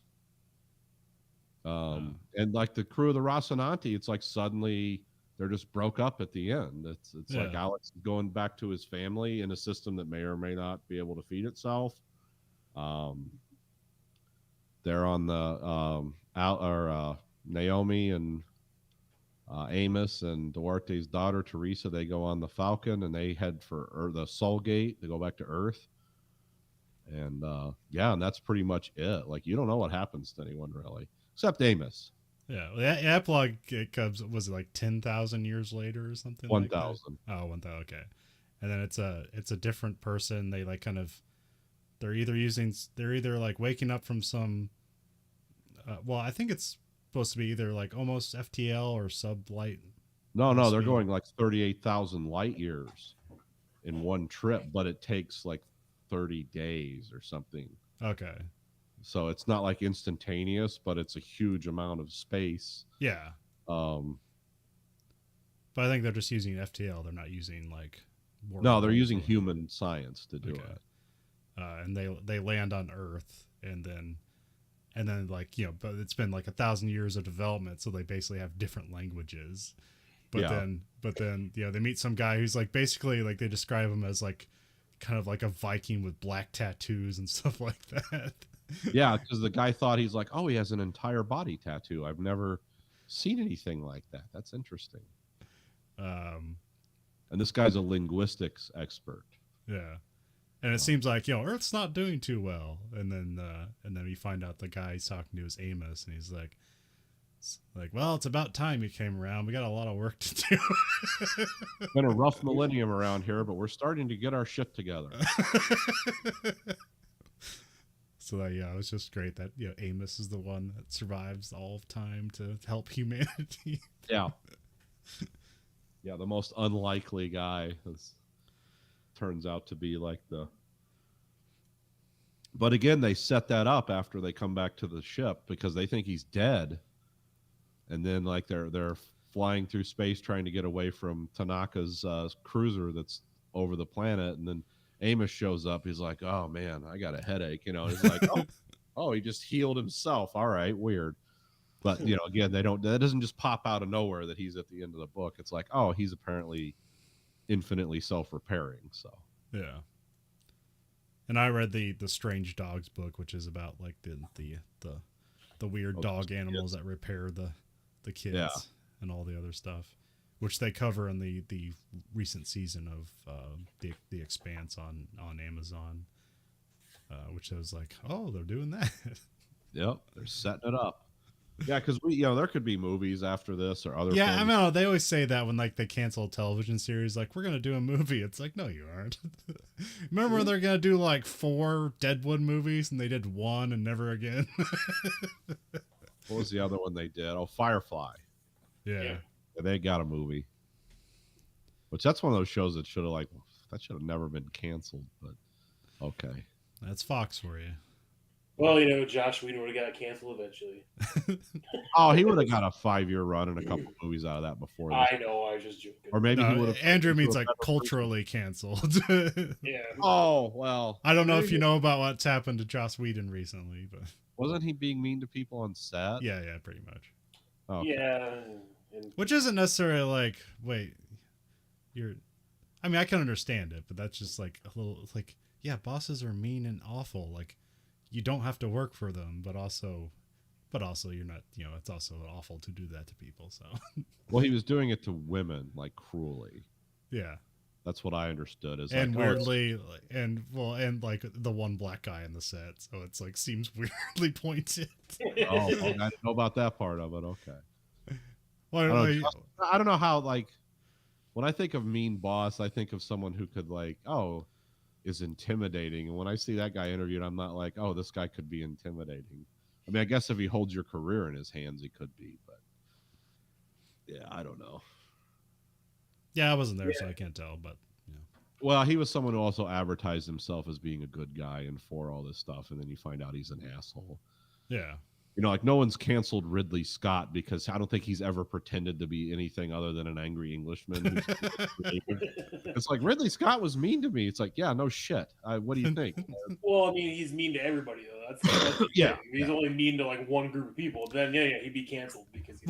Also, it's like it's like people don't like Justice League, so that's a different thing. It's like because there's plenty of movie stuff where it's like I hated working for that guy, but goddamn, did we do the best work of our lives? Oh yeah. A lot of people are like, oh, he was miserable to work for, but man, that movie was great when it was. Will you work with him again? Absolutely not. No. One and done on that score. But I don't know. Let's say it's similar with James Cameron, where it's like, yeah, obviously, he's not great to work for. But the weird thing with James Cameron, he's an asshole, a nightmare to work with, but he's also always right about everything. Yeah, it's kind of hard to shut that down. It's like, how much money has this guy made? Well, it's the other guy that's really tough, like Ed Harris. Yeah, is like, I guess he's like a really like rough on the set because he's just really serious about what he's doing. Yeah, but the results speak for themselves. Like if he makes everyone anxious and angry in a movie where everyone's supposed to be anxious and angry, like he's bringing game to the set, what he's supposed to be doing. It's just, you're not going to go have a beer with him after the shoot that day. He's not that kind of guy, but that's also what you expect. Like Ed Harris is not pretending to be a nice guy in any sense of the word. I don't think he's ever played like a nice character. He's always been someone who's like that. The character he played in Westworld, like that's perfect Ed Harris. Like that's exactly the role he was meant to play. Has he ever been like in a comedy or like sent himself up in like a movie? I don't know of it. What is it? Money. It's a Disney movie. He plays like a professor or whatever, and his son hires a prostitute because his mom like left or died or something. He's trying to get his dad to love again or relationship again. How old is that? Like a 90s movie or an 80s movie? Yeah, I think it's a 90s movie. Oh, okay. I watched it like a couple of years ago because my wife was watching on streaming. Because as soon as you're like, he was never a good guy, it's like, well, I don't think he killed the prostitute in Milk Money. Maybe I'm wrong. Maybe that was the end of the movie I didn't see. But it's like, otherwise, I would agree. Isn't he in Parenthood as well? the one with Steve Martin and. I mean, that's a movie. I don't remember him being in that, but I also haven't seen that movie in like Maybe I just missed 25 years. At the same time, it's like I'm sure he's been in something else where he wasn't a complete piece of shit, or Yeah. Well, I'm thinking like the flip side of it is like Liam Neeson, who does a lot of serious roles, but like he'll do comedy and like totally make fun of himself. So Yeah. Yeah, I've always liked Ed Harris since like The Right Stuff. It was like, oh yeah, this guy's great. I like the work he does.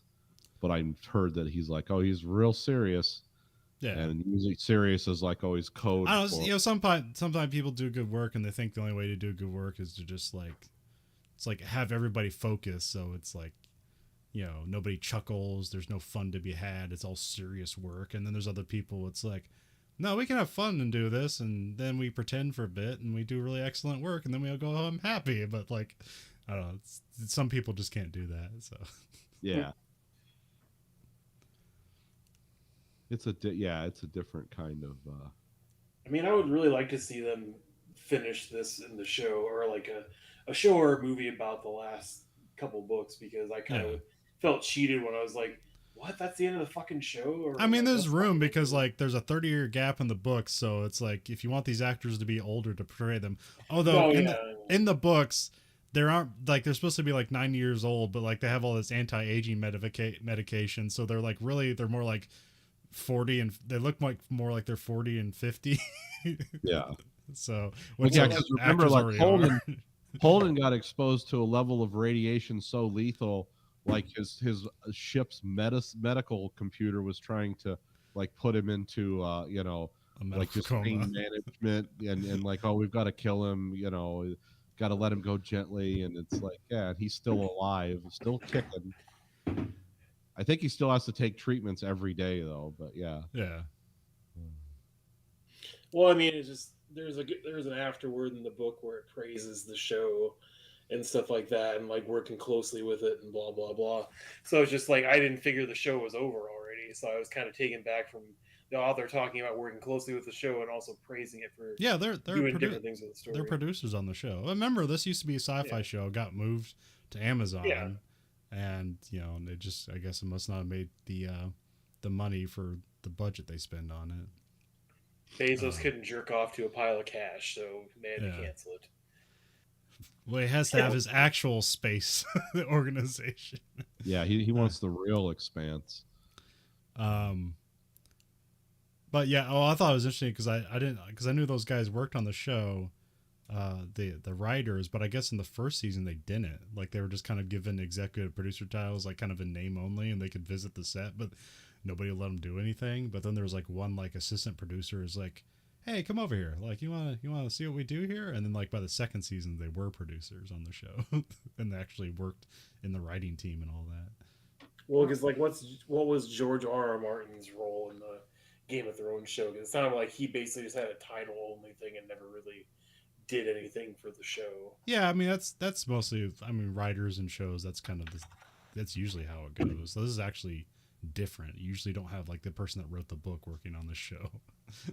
No, just because I have faith in people. If they pump enough money and care into a show, they can make it good.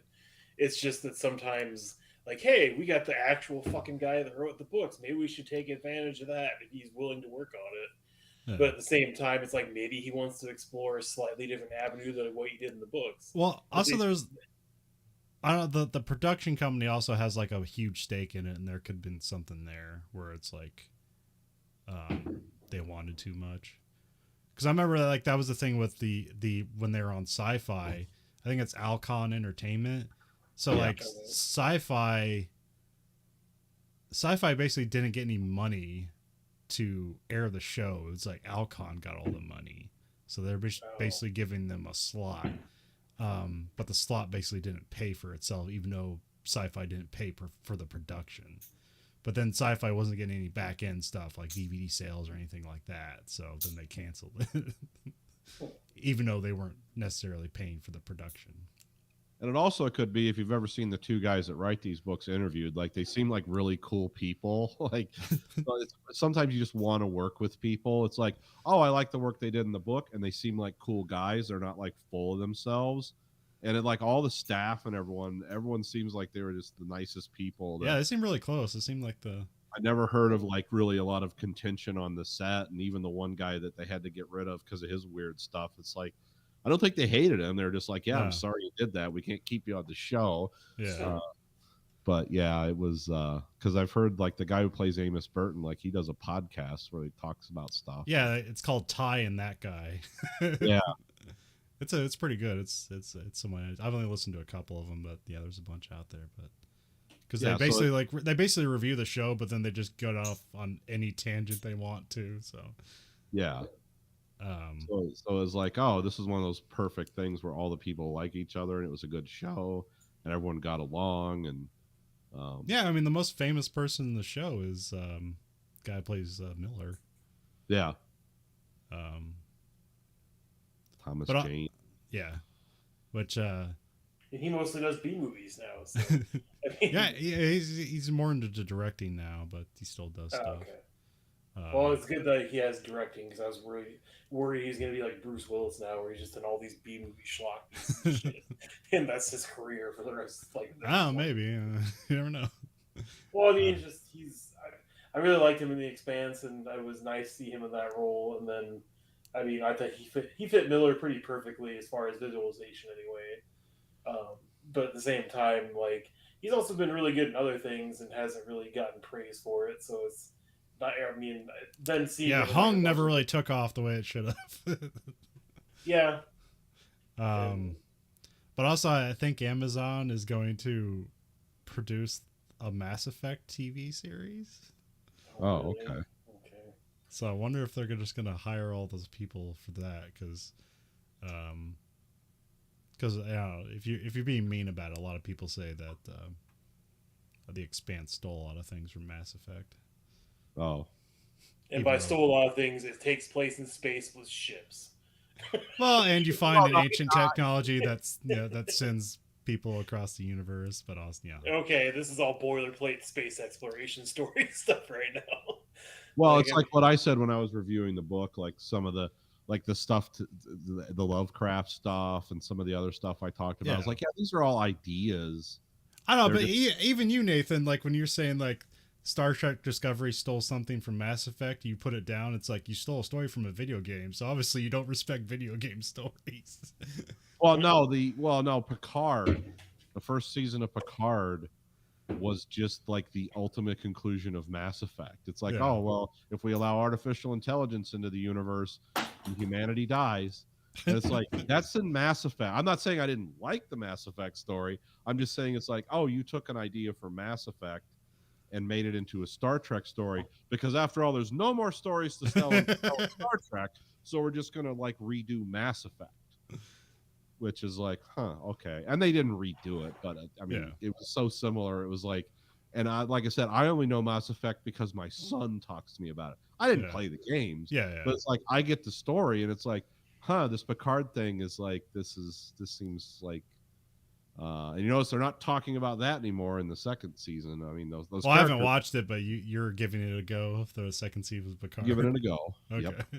Yep. I've seen the Red Letter Media reviews of all the episodes. I haven't actually watched one of them. So yeah, see, the Red Letter Media guys have done it to me again. It's like, well, now I can't watch Red Letter Media for a while because I want to like try this on my own, because I don't want to watch it and be like, yeah, Mike was right. Fuck. Well, they're still kind of like down on it, but they have actually bothered to like end these segments and like, here's all the positives. Yeah. So it starts out as like, oh, I guess I shouldn't watch this, and they're like, well, here's some good stuff. It's like, oh, okay, so you don't totally hate it. Oh, okay, good. So we're traveling on parallel tracks. I guess I didn't even know the second season of Picard was out. That's how big it is. They didn't exactly push it. I knew it was around, but yeah, I think they were being a little. Let's soft launch this. I mean, the weird thing about Picard that got me like excited, because usually I don't have a connection to entertainment anyway, but I knew people who were working on the production of it on a low level, not writers or directors or anything, but they were telling me stuff that was going on, and I was like, oh, cool, this is going to be cool. And then it happened, and I was like, fuck, and I actually knew people that helped make this, and I'm disappointed. That's terrible. I never get that kind of access. But yeah. So okay.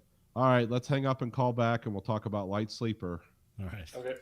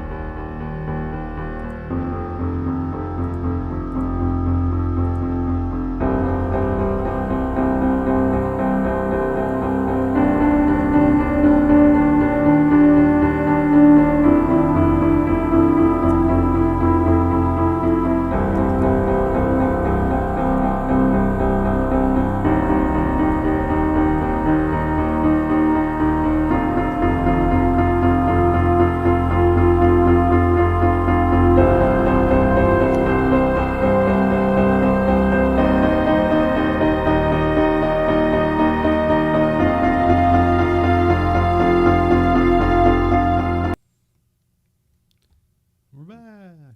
Done a little more work on my fawn. The German transport truck from World War okay. II. It's another. I never have the right light over here to show you stuff. If I shoot that light backwards, can you see all the different colors at work there? Some on the door. Is it somewhat rusty on the door, or is that just? No, this is just all paint yet. I haven't done the okay. rust. But it's 3 different kinds of grays. But like on the door there, you see how it's lighter in the center and darker. Yeah. Yep. That's how. That's what sunlight does to paint, especially paint in that era. As it saturates the color. Because I'm going to win that fucking contest with this truck. Because I had no interest in building this truck at all. But I'm like, God damn it, that has big flat surfaces and I can do that paint trick. So I haven't won any of the club contests yet. And it's not. You're starting to get bitter. I know. Yeah. It's like, wait a minute. I'm not saying everyone else is really good too, but it's like, God damn it, I got to win one of these. So I'm going to try something different. And yeah, so I've invested probably, I don't know, 70 hours into just the paint on this alone. And if I win at the club, I'm going to enter it in the IPMS state. And then if I win there, I'm going to take nationals. And if I don't, then I'm going to kill myself. It's important to have realistic goals. I'm glad you got your message out there so everybody knows why you're hanging in the garage. Yeah. No, just my joke was going to be, it's like, good, you can win so you can finally give up. You're like, oh God, I finally won. Now And at the top of the mountain now, nothing left to do but jump off. Sorry. I've only won my best painted army at the tournament I was at in my small shop. I haven't done anything good enough to warrant any painting awards of actual acclaim. So I don't think I have either, but I figure after years, I got to do something right, you know. Oh, I know, but like if you ever like read any of the hobby magazines, especially the one for like miniature wargaming stuff, and look at the Golden Demon or the Crystal Brush stuff, it's like, okay, that's how you spend 80 hours on one tiny guy, or whatever. Because there's people telling me it's like, oh yeah, that guy he painted on a van trip all the way up to a Depticon, and it's like you painted a fucking van all the way to Chicago from God knows where on bumpy roads. He came up with that. Like, fuck, I guess I just throw my shit in the trash. Yeah. Right now. This guy paints with an electron microscope. There's no beating that. Oh yeah, and some people fucking do. It's goddamn ridiculous. But yeah, at the same time, I have pretty good brush control. I think I don't really overspill stuff, and I put things where intended. But at the same time, my freehand is not really there, and I can't really do advanced techniques yet. But I haven't really tried either. So yeah, I mean, plus I sometimes don't I watch people on YouTube with the same equipment I have, and I'm just like, oh fuck, I quit. And a lot of them are like teenagers or in their early 20s, and it's like, oh, okay, I can see why this is like, I didn't get into this till I was in my 30s, really. I didn't get into it seriously till I was in my 40s. So yeah, some of these guys just have a lot of time on their hands. But I mean, the techniques make sense. Sometimes they don't get carried off as well as I would like. But Yeah. I don't often build things with a goal in mind. I just do it because I enjoy it. This is like a goal thing. So it's become a center of anger. Like this truck thing is like it's starting to, you know, is like, is this too subtle? Is it not enough? Because sometimes I go over the top with stuff, with weathering and details, and then sometimes it's like, oh, I didn't do that enough, or I didn't sand that seam closely enough, and or I tried to hide it with a decal, because to sand it any further would be to reduce it to you know particles. But yeah, sometimes, you know, when I have something with a goal in mind, I get kind of frustrated.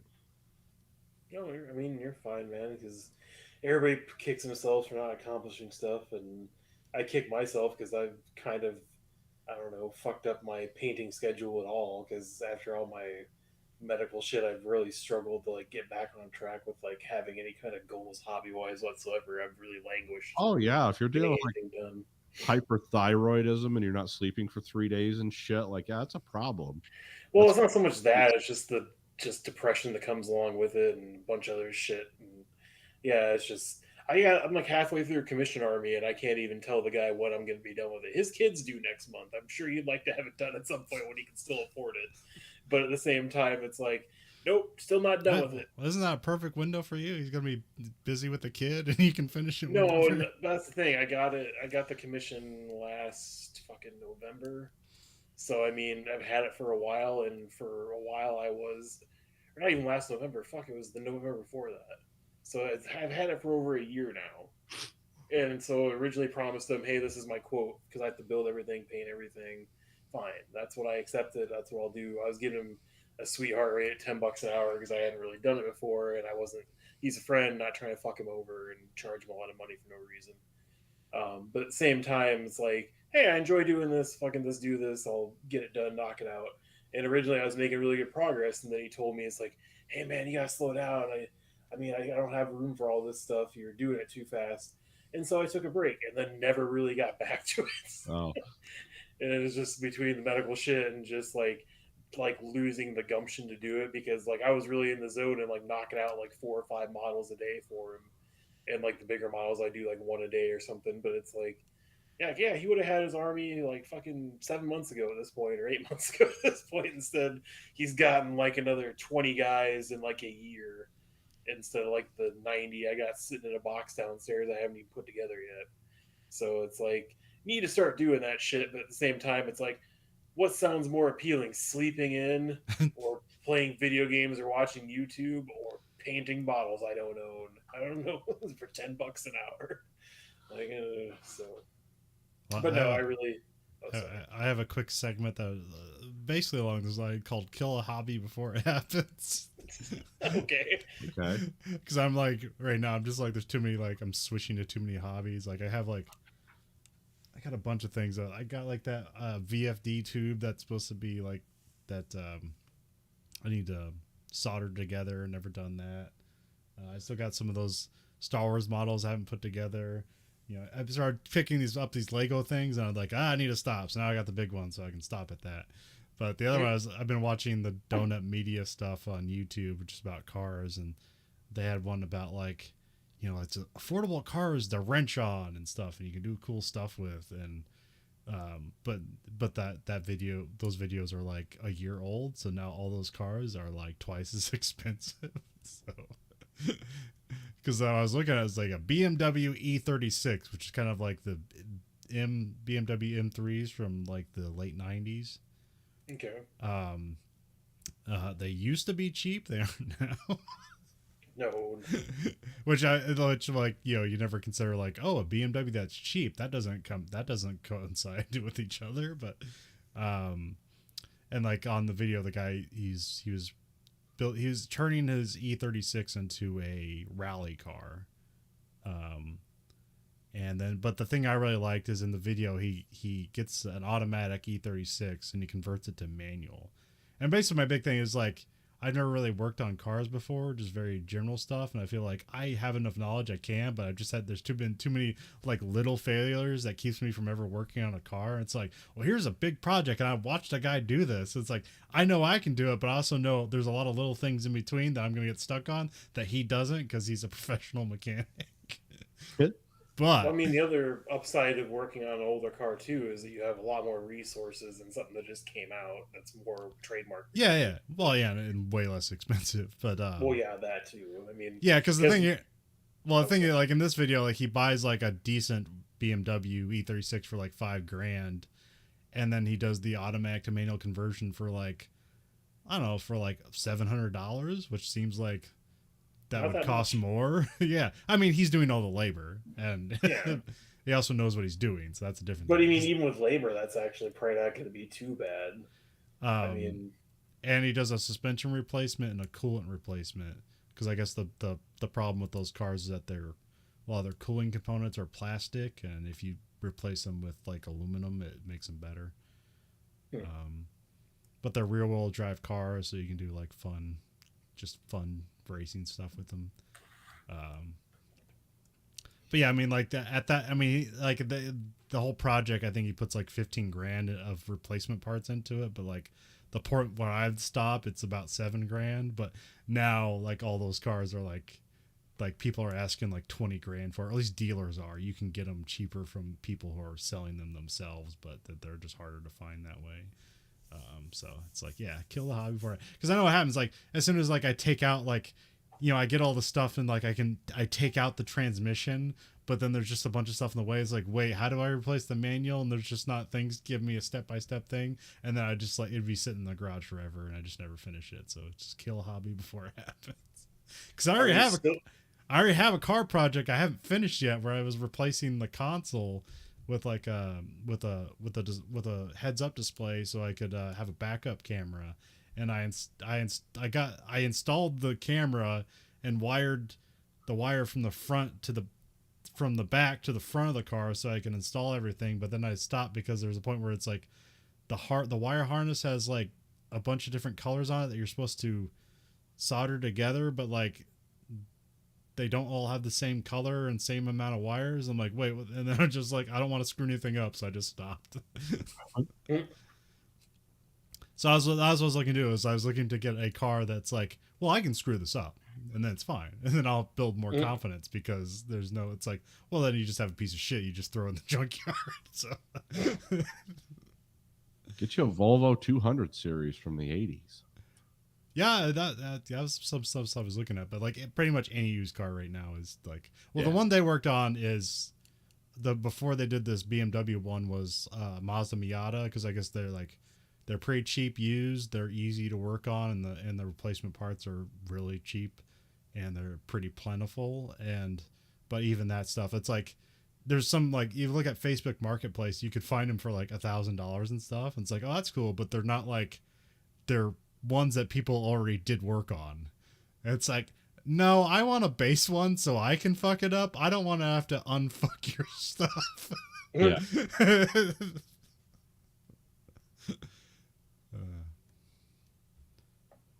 Yeah, some of those things look cool, but it's like, oh, you need a garage and Yeah. a lift and air tools. I did, well, it's, yeah, fun the video because he's working on it. He does like basically like well, not the redneck way, but like the next one up where it's like you put the car on 4 jacks. Yeah, You 4 can do jack that. stands, yeah, and just so he does that in the video. So it's like, oh, he works on a car the way everyone works on a car, because they don't have a lift. But then I actually looked it up, and there was like these they're like hydraulic lifts that like come up from the car, and they're just like they lay flat on the ground. Yeah. And they're like $1,300, which seems expensive, but for a lift, it isn't. no. I mean, they Yeah. look kind of precarious. It's because like the car is being held up by like just basically an angled rod that's metal. It's like, so they look kind of precarious, but it's like, it works. Yeah, I mean, I think those are called like 4-post locker lifts or something. I think Yeah. as it goes up, there's a pin that slides Yes. in. So if it did fail hydraulically, like it would just be held in by the metal pin. Yes, and I'm pretty sure I just for safety, I'd probably just put some jack stands in the way, Yeah. just in case. Yeah. Yeah, but you can get under the car with air tools. It's like, oh, a lot of things can happen then. Yeah. I remember we power cleaned a Renault. No, it was a Lecar. It's like, because we had a lift and like the engine was completely blown out of it. Yeah. And we had a lift and we had a power. Remember the power sprayers from the 90s that like had a propane tank and heated the water and stuff? Like it was crazy. Huh. I don't think you could buy those in most places, but this place, it would shoot hot water and you could add soap to it. And it's like, yeah, let's super clean and detail the underneath of this car while we're putting a new engine in it. And it was so wonderful to work on because like everything was clean, nothing was greasy, and you could like see stuff and guide because the engine literally like you could pick it up. That didn't weigh that much. I think it was a 1.8 liter. It was a Lecar. Sounds like a golf cart motor. Yeah, it was a small motor and it had a 4-speed transmission manual. And it's like, yeah, it's one of those dreadful Euro cars that like, oh, it's small engine bays, hard to work on. It's like, yeah, unless you get it up in the air and then spend 2 hours power spraying it for shits and giggles. And it's like, you could work on this car in a suit. Like it was so clean.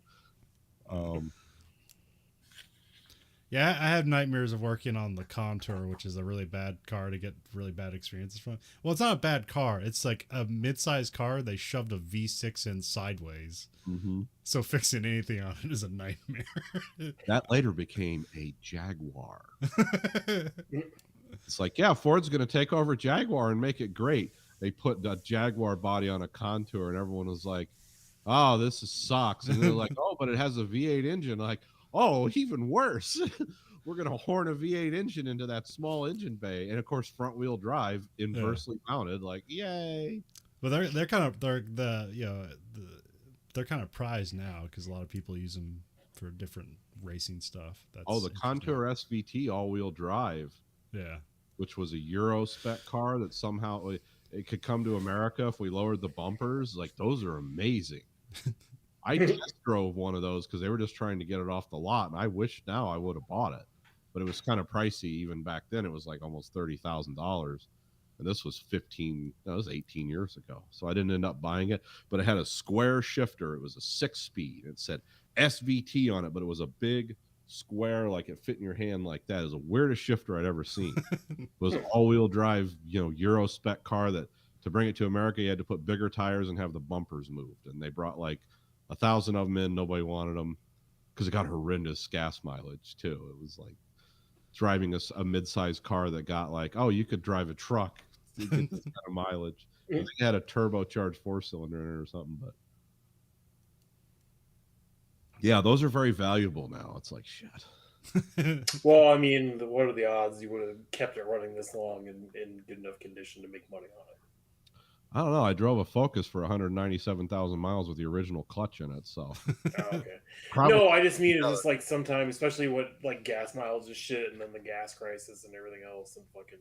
I mean, I would have got rid of it. I would have no way of knowing. I would have sold it off to, because if I don't see now, it's like, oh, if I don't have a car that gets 25 to 30 miles to the gallon, like I'm freaked out. Like, oh, I'm not paying $100 a week to fill this car because my car still.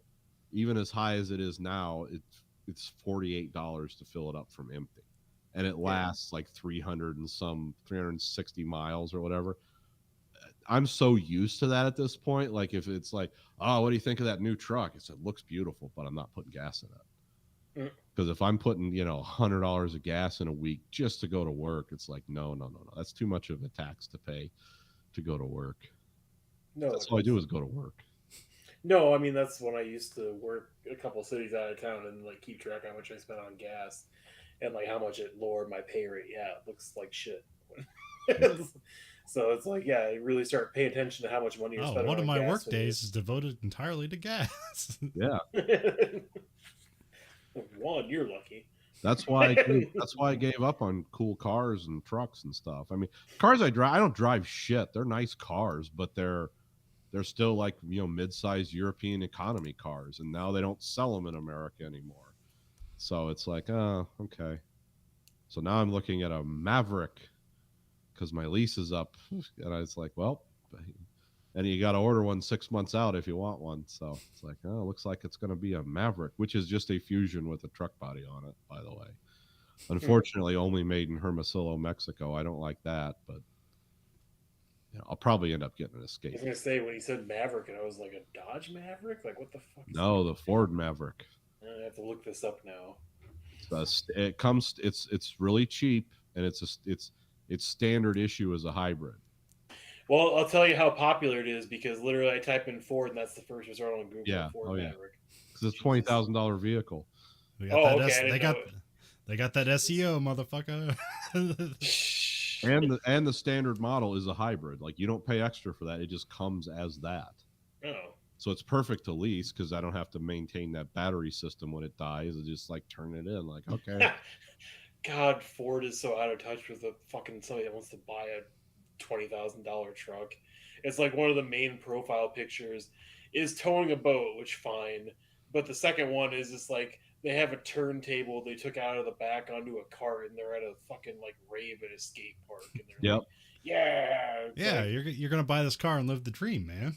You're going to go to a raver and take ecstasy, and because that's what the kids are doing nowadays. Speaking of which, a new Kavinsky album came out Friday. Oh, oh, okay. did shit. Okay, First one in 10 years. So, I was waiting for his next album. Yeah, we've been daring to like talk about like, well, quote unquote new music that's come out, because I listened to the new Ministry album. oh, okay. Which I thought was fine. There's like one song I like on there. They do a rendition of Search and Destroy, but it's like a heavy metal version that's slower than the original song, because the original song's like kind of like a punk ballad kind of. Yeah. And then like I don't know, there's a lot of stuff where it's like we're cutting in like clips of Donald Trump saying stupid stuff and making him look evil, which kind of seems cringe, but like that's the house style of Ministry. Like they did that with the original Bush administration. Like that's what New World Order. Yep. So so I can't evil, right and wrong. So yeah, I can't really criticize them for that because they've been doing that forever. Yeah, that's their thing.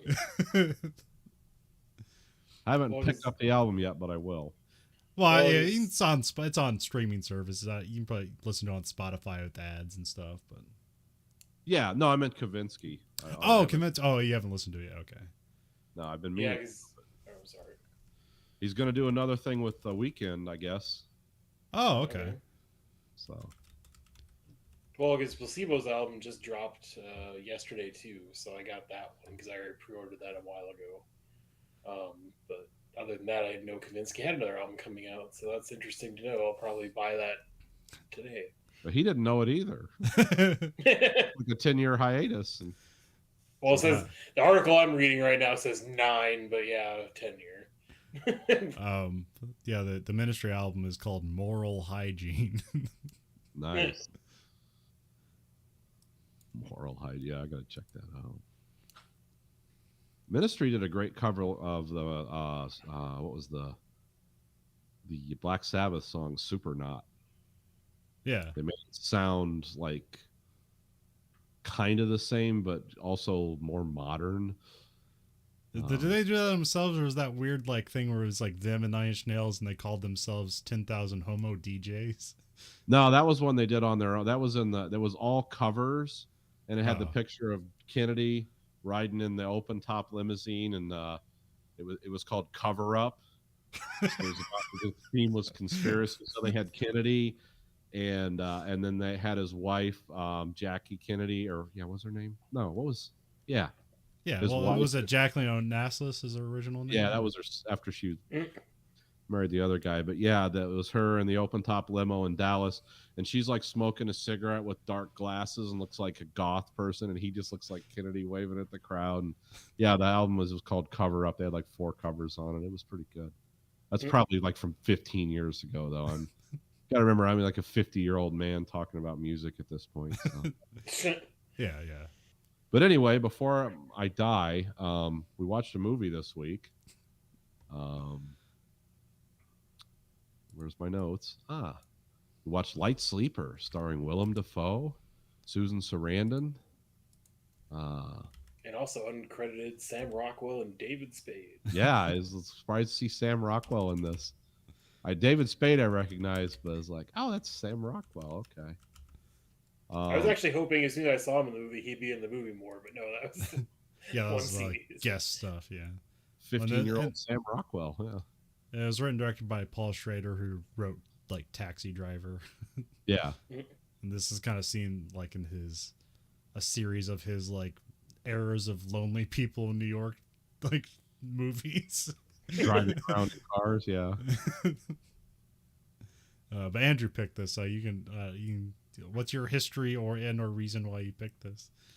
Well, it's just I really like William Dafoe. Like I had actually never heard of this movie before actually finding it on Criterion, so I read the not synopsis, but like the overall kind of like, hey, this is what the movie's about, and kind of looked up some reviews for it, but then just like, yeah, I mean, nobody seems to like favor it well over time. Like I've never heard of it before in conversation with William Dafoe, but I mean, that's why I picked this movie, because it seemed like it was going to be a dark, fucked up, like, you know, take on New York or just drug dealers in general, and it was. Yeah. Also, some really good music. Yeah. Yeah. And then, I mean, also, I mean, just like a really, I guess I didn't expect the really awkward relationship between him and his like ex or whatever in the movie. Like that was unexpected. You mean like extremely uncomfortable? Yeah, extremely uncomfortable, unexpected relationship. It also has another person from Hung in it, the pimp. I can't think of her fucking name right now. Fucking Tanya plays the daughter of his girlfriend or whatever that killed herself. Oh. No, not really. What's her name? Dana Delaney? Yeah, Dana Delaney. Yeah. Because she was in Hung with God damn it. Thomas Jane. Yeah, with Thomas Jane. Sorry, I was just trying to make another Hung callback, and then Colin looks really confused the whole time, and he's like, "What?" Well, it's like, you know, when she kills herself, and I'm like, did somebody kill themselves in Hung or in this movie? And it's like, probably both. And so that's what I was confused about. My mind was jumping to a lot of different things. No, sorry, I meant the person that killed themselves in Light Sleeper. But yeah, the whole movie I actually liked. The ending I found odd, but that was just me, because I was just like, it seemed like he was very much stuck on what was happening now and being depressed about that. So it seemed like he was being super depressed and obsessed with his ex during the whole movie, because she was actually there. Otherwise, he had never fucking once thought about her the whole time. It was living his life of being a, you know, cocaine dealer, middleman or whatever. But at the same time, like, and then as soon as it transitions into being, I like in his diary, he calls himself DD, drug dealer. It's like, the other DDs. Like, nobody fucking calls you or yourself DDs. But I mean, as soon as he gets in jail, and that's not a thing anymore since she's dead and he's locked up, and Susan Sarandon's sitting there and talking about her cosmetic company she has to go all in on now, because, you know, all the heat from the murders and shit from him defending himself or whatnot. But at the same time, and he's like, "Do we ever fuck?" Like, oh, and he's like, "Oh, we did." Like, "Oh, we should really correct that." And that's like how the movie ends. I'm like, huh. Not really where I would have expected it to end, but whatever. I mean, I guess we can just move on. Well, it kind of seemed like Susan Sarandon, like, oh, well, she didn't have a husband. She seemed like a gay roommate, maybe. I don't know who he was, but yeah, I don't know. So yeah, it was like this unexpected relationship where it's like, oh, Willem Dafoe and Susan Sarandon like got together as he goes to prison or something. So at least he has something to look forward to as he comes out of jail when he's 45 or something. Yeah. Interesting thing about the soundtrack to this movie that was cool. Did you ever hear the backstory behind the soundtrack? No, but it's like original to this, right? It's not. Yeah, it was written for this movie and performed for this movie. Paul Schrader went to, of course, I was about to say it and I forgot his name. Hold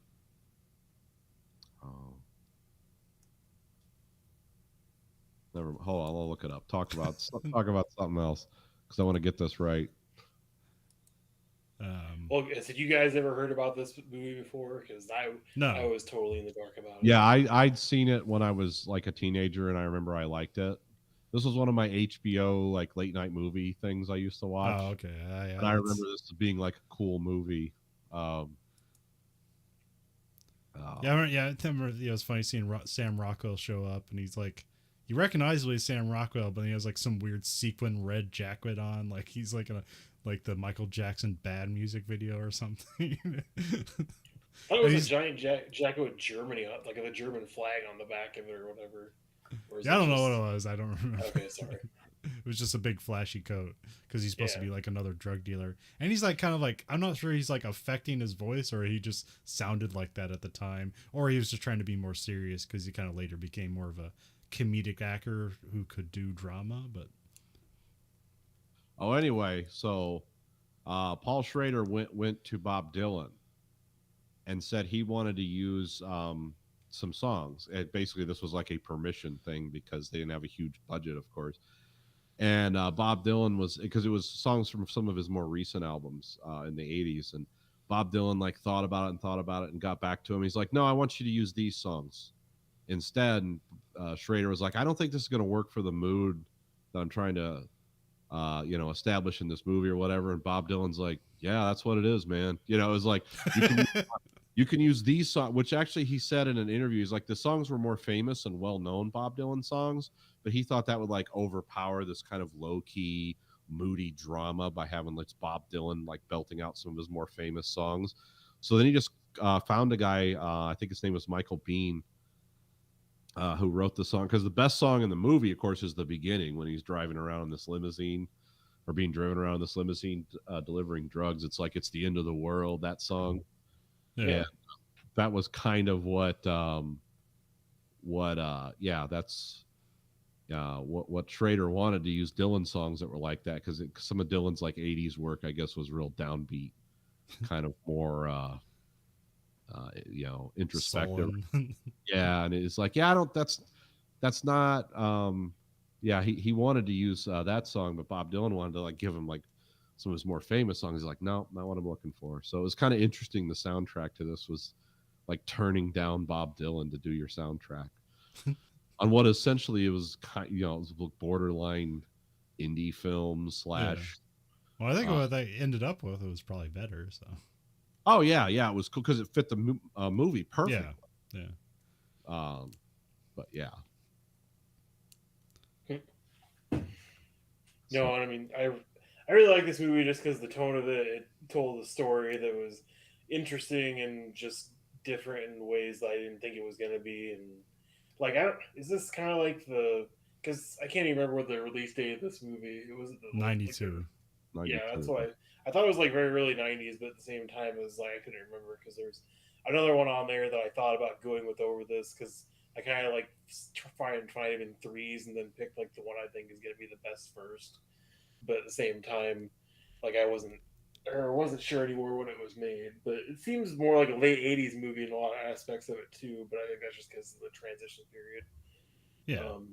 But no, I like this movie. I like Willem Dafoe. I kind of wish he was in more things because he's a good actor and he should get more. Come on, he's on Spider-Man. Oh, I know. I didn't say he wasn't in that. I was just saying he should be in like. He's in things. He's only like 70 years old. Oh, okay. I thought he was like 70 something by now, not just 70. So I mean, shit. That's yeah, I think it's something, but yeah, Okay. I believe he's in his 70s. Okay, yeah. Oh, okay. Yeah. So shit.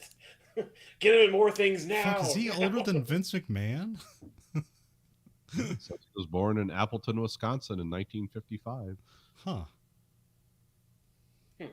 Yeah, this movie, what I liked about this movie is because it kind of it was interesting how it was written, and some of the people he was talking to is like the Sam Rockwell character, whose name was Jealous, was the name of the character. Like that's more what I think of as a drug dealer. Whereas this guy is more like he's kind of a concierge high-end drug dealer because he's being driven around in a limousine. And he delivers the drugs to you. Like you don't go see him, he sees you. But he's also like, he indulges people, he talks to people, he's a counselor, he's a confidant, but then also like, oh, he's this terribly tortured man who's miserable. He's also kind of him and Susan Sarandon are also really shallow people. Yeah. And they don't seem like, it's like they have these ideas about things. Like he wants to write stuff, she wants to run a cosmetics business, and you know right away it's like, well, this isn't going to work out for either one of these characters. These people have no depth. They just have concepts of things, And it's like, that would make me feel better to be that, but they have no ability or motive they have motive, but they don't have any ability to be better than what they are. And even though he seems to be this high-end drug dealer, he's still just broke.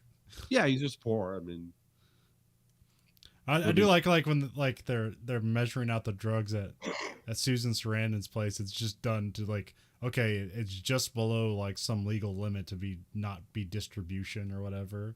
Yeah. And so that's what they're all measured to. And then like somebody's like, I want this much cocaine or whatever. It's like, well, I can only bring this amount, and I'm not making multiple trips, so this is the amount you're getting. Yeah.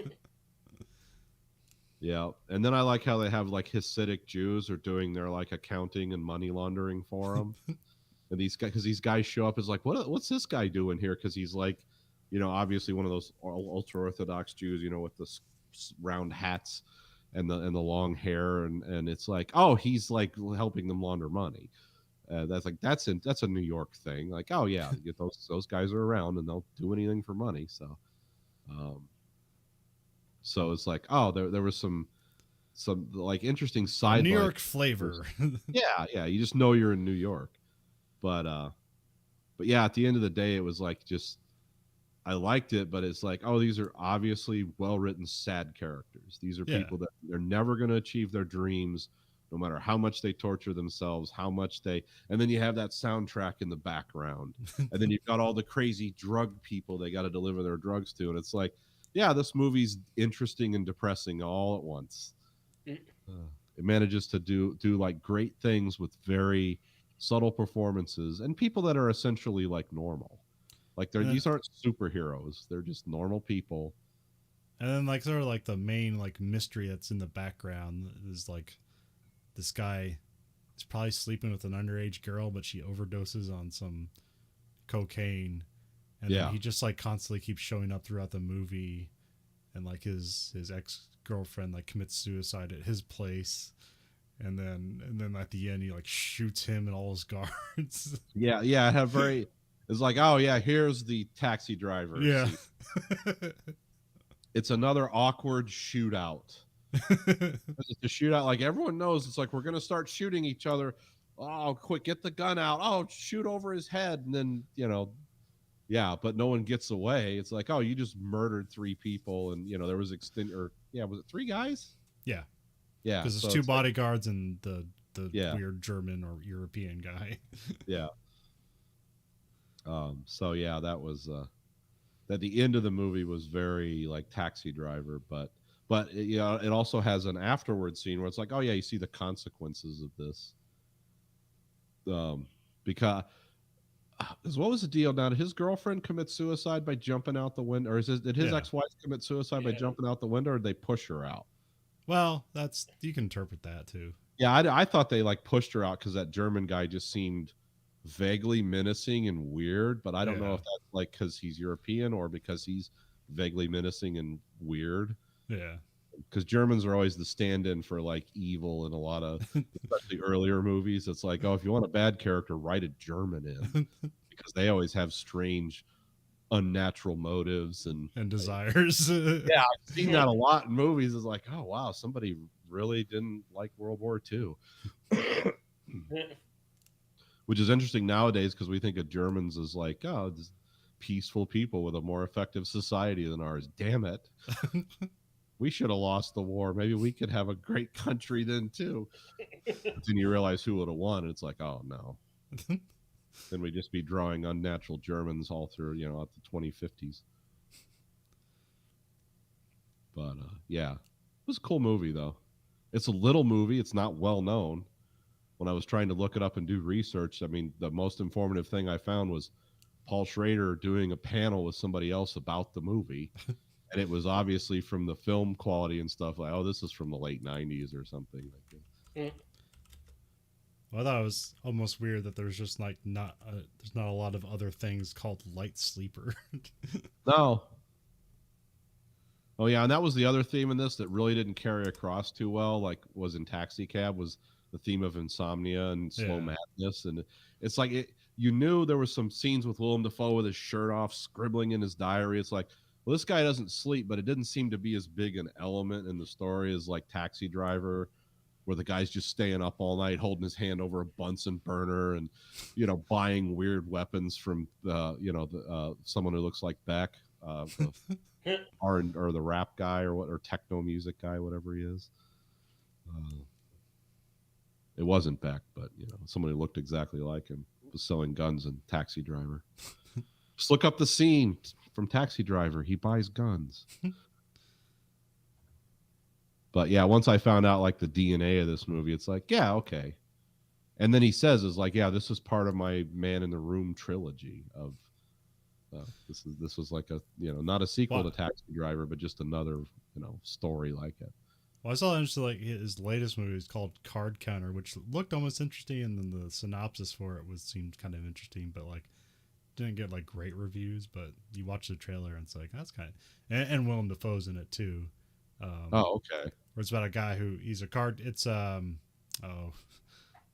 damn it! Now I just immediately forgot his name. Who's the tradies guy in the new one?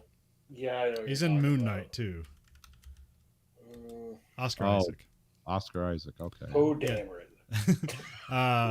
Correct. Yeah, he's a card counter, but he was also like an advanced interrogator during the Iraq War, so that's like some of his background stuff. And there's like stuff in the trailer where he's like tying blankets around every piece of furniture in his hotel room, and it's like, this looks weird and dark. I don't know if it's good, but it looks interesting.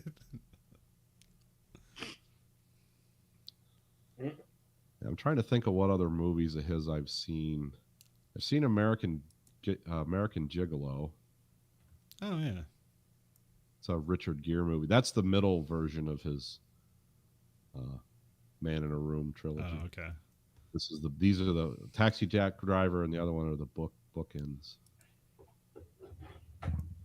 Yeah, he did Autofocus too. That was a weird one. Oh yeah, that was another one with Willem Dafoe and Greg Kinnear. That was about the guy on Hogan's Heroes. Yeah. Who like to just take video or movies actually of himself having sex with women.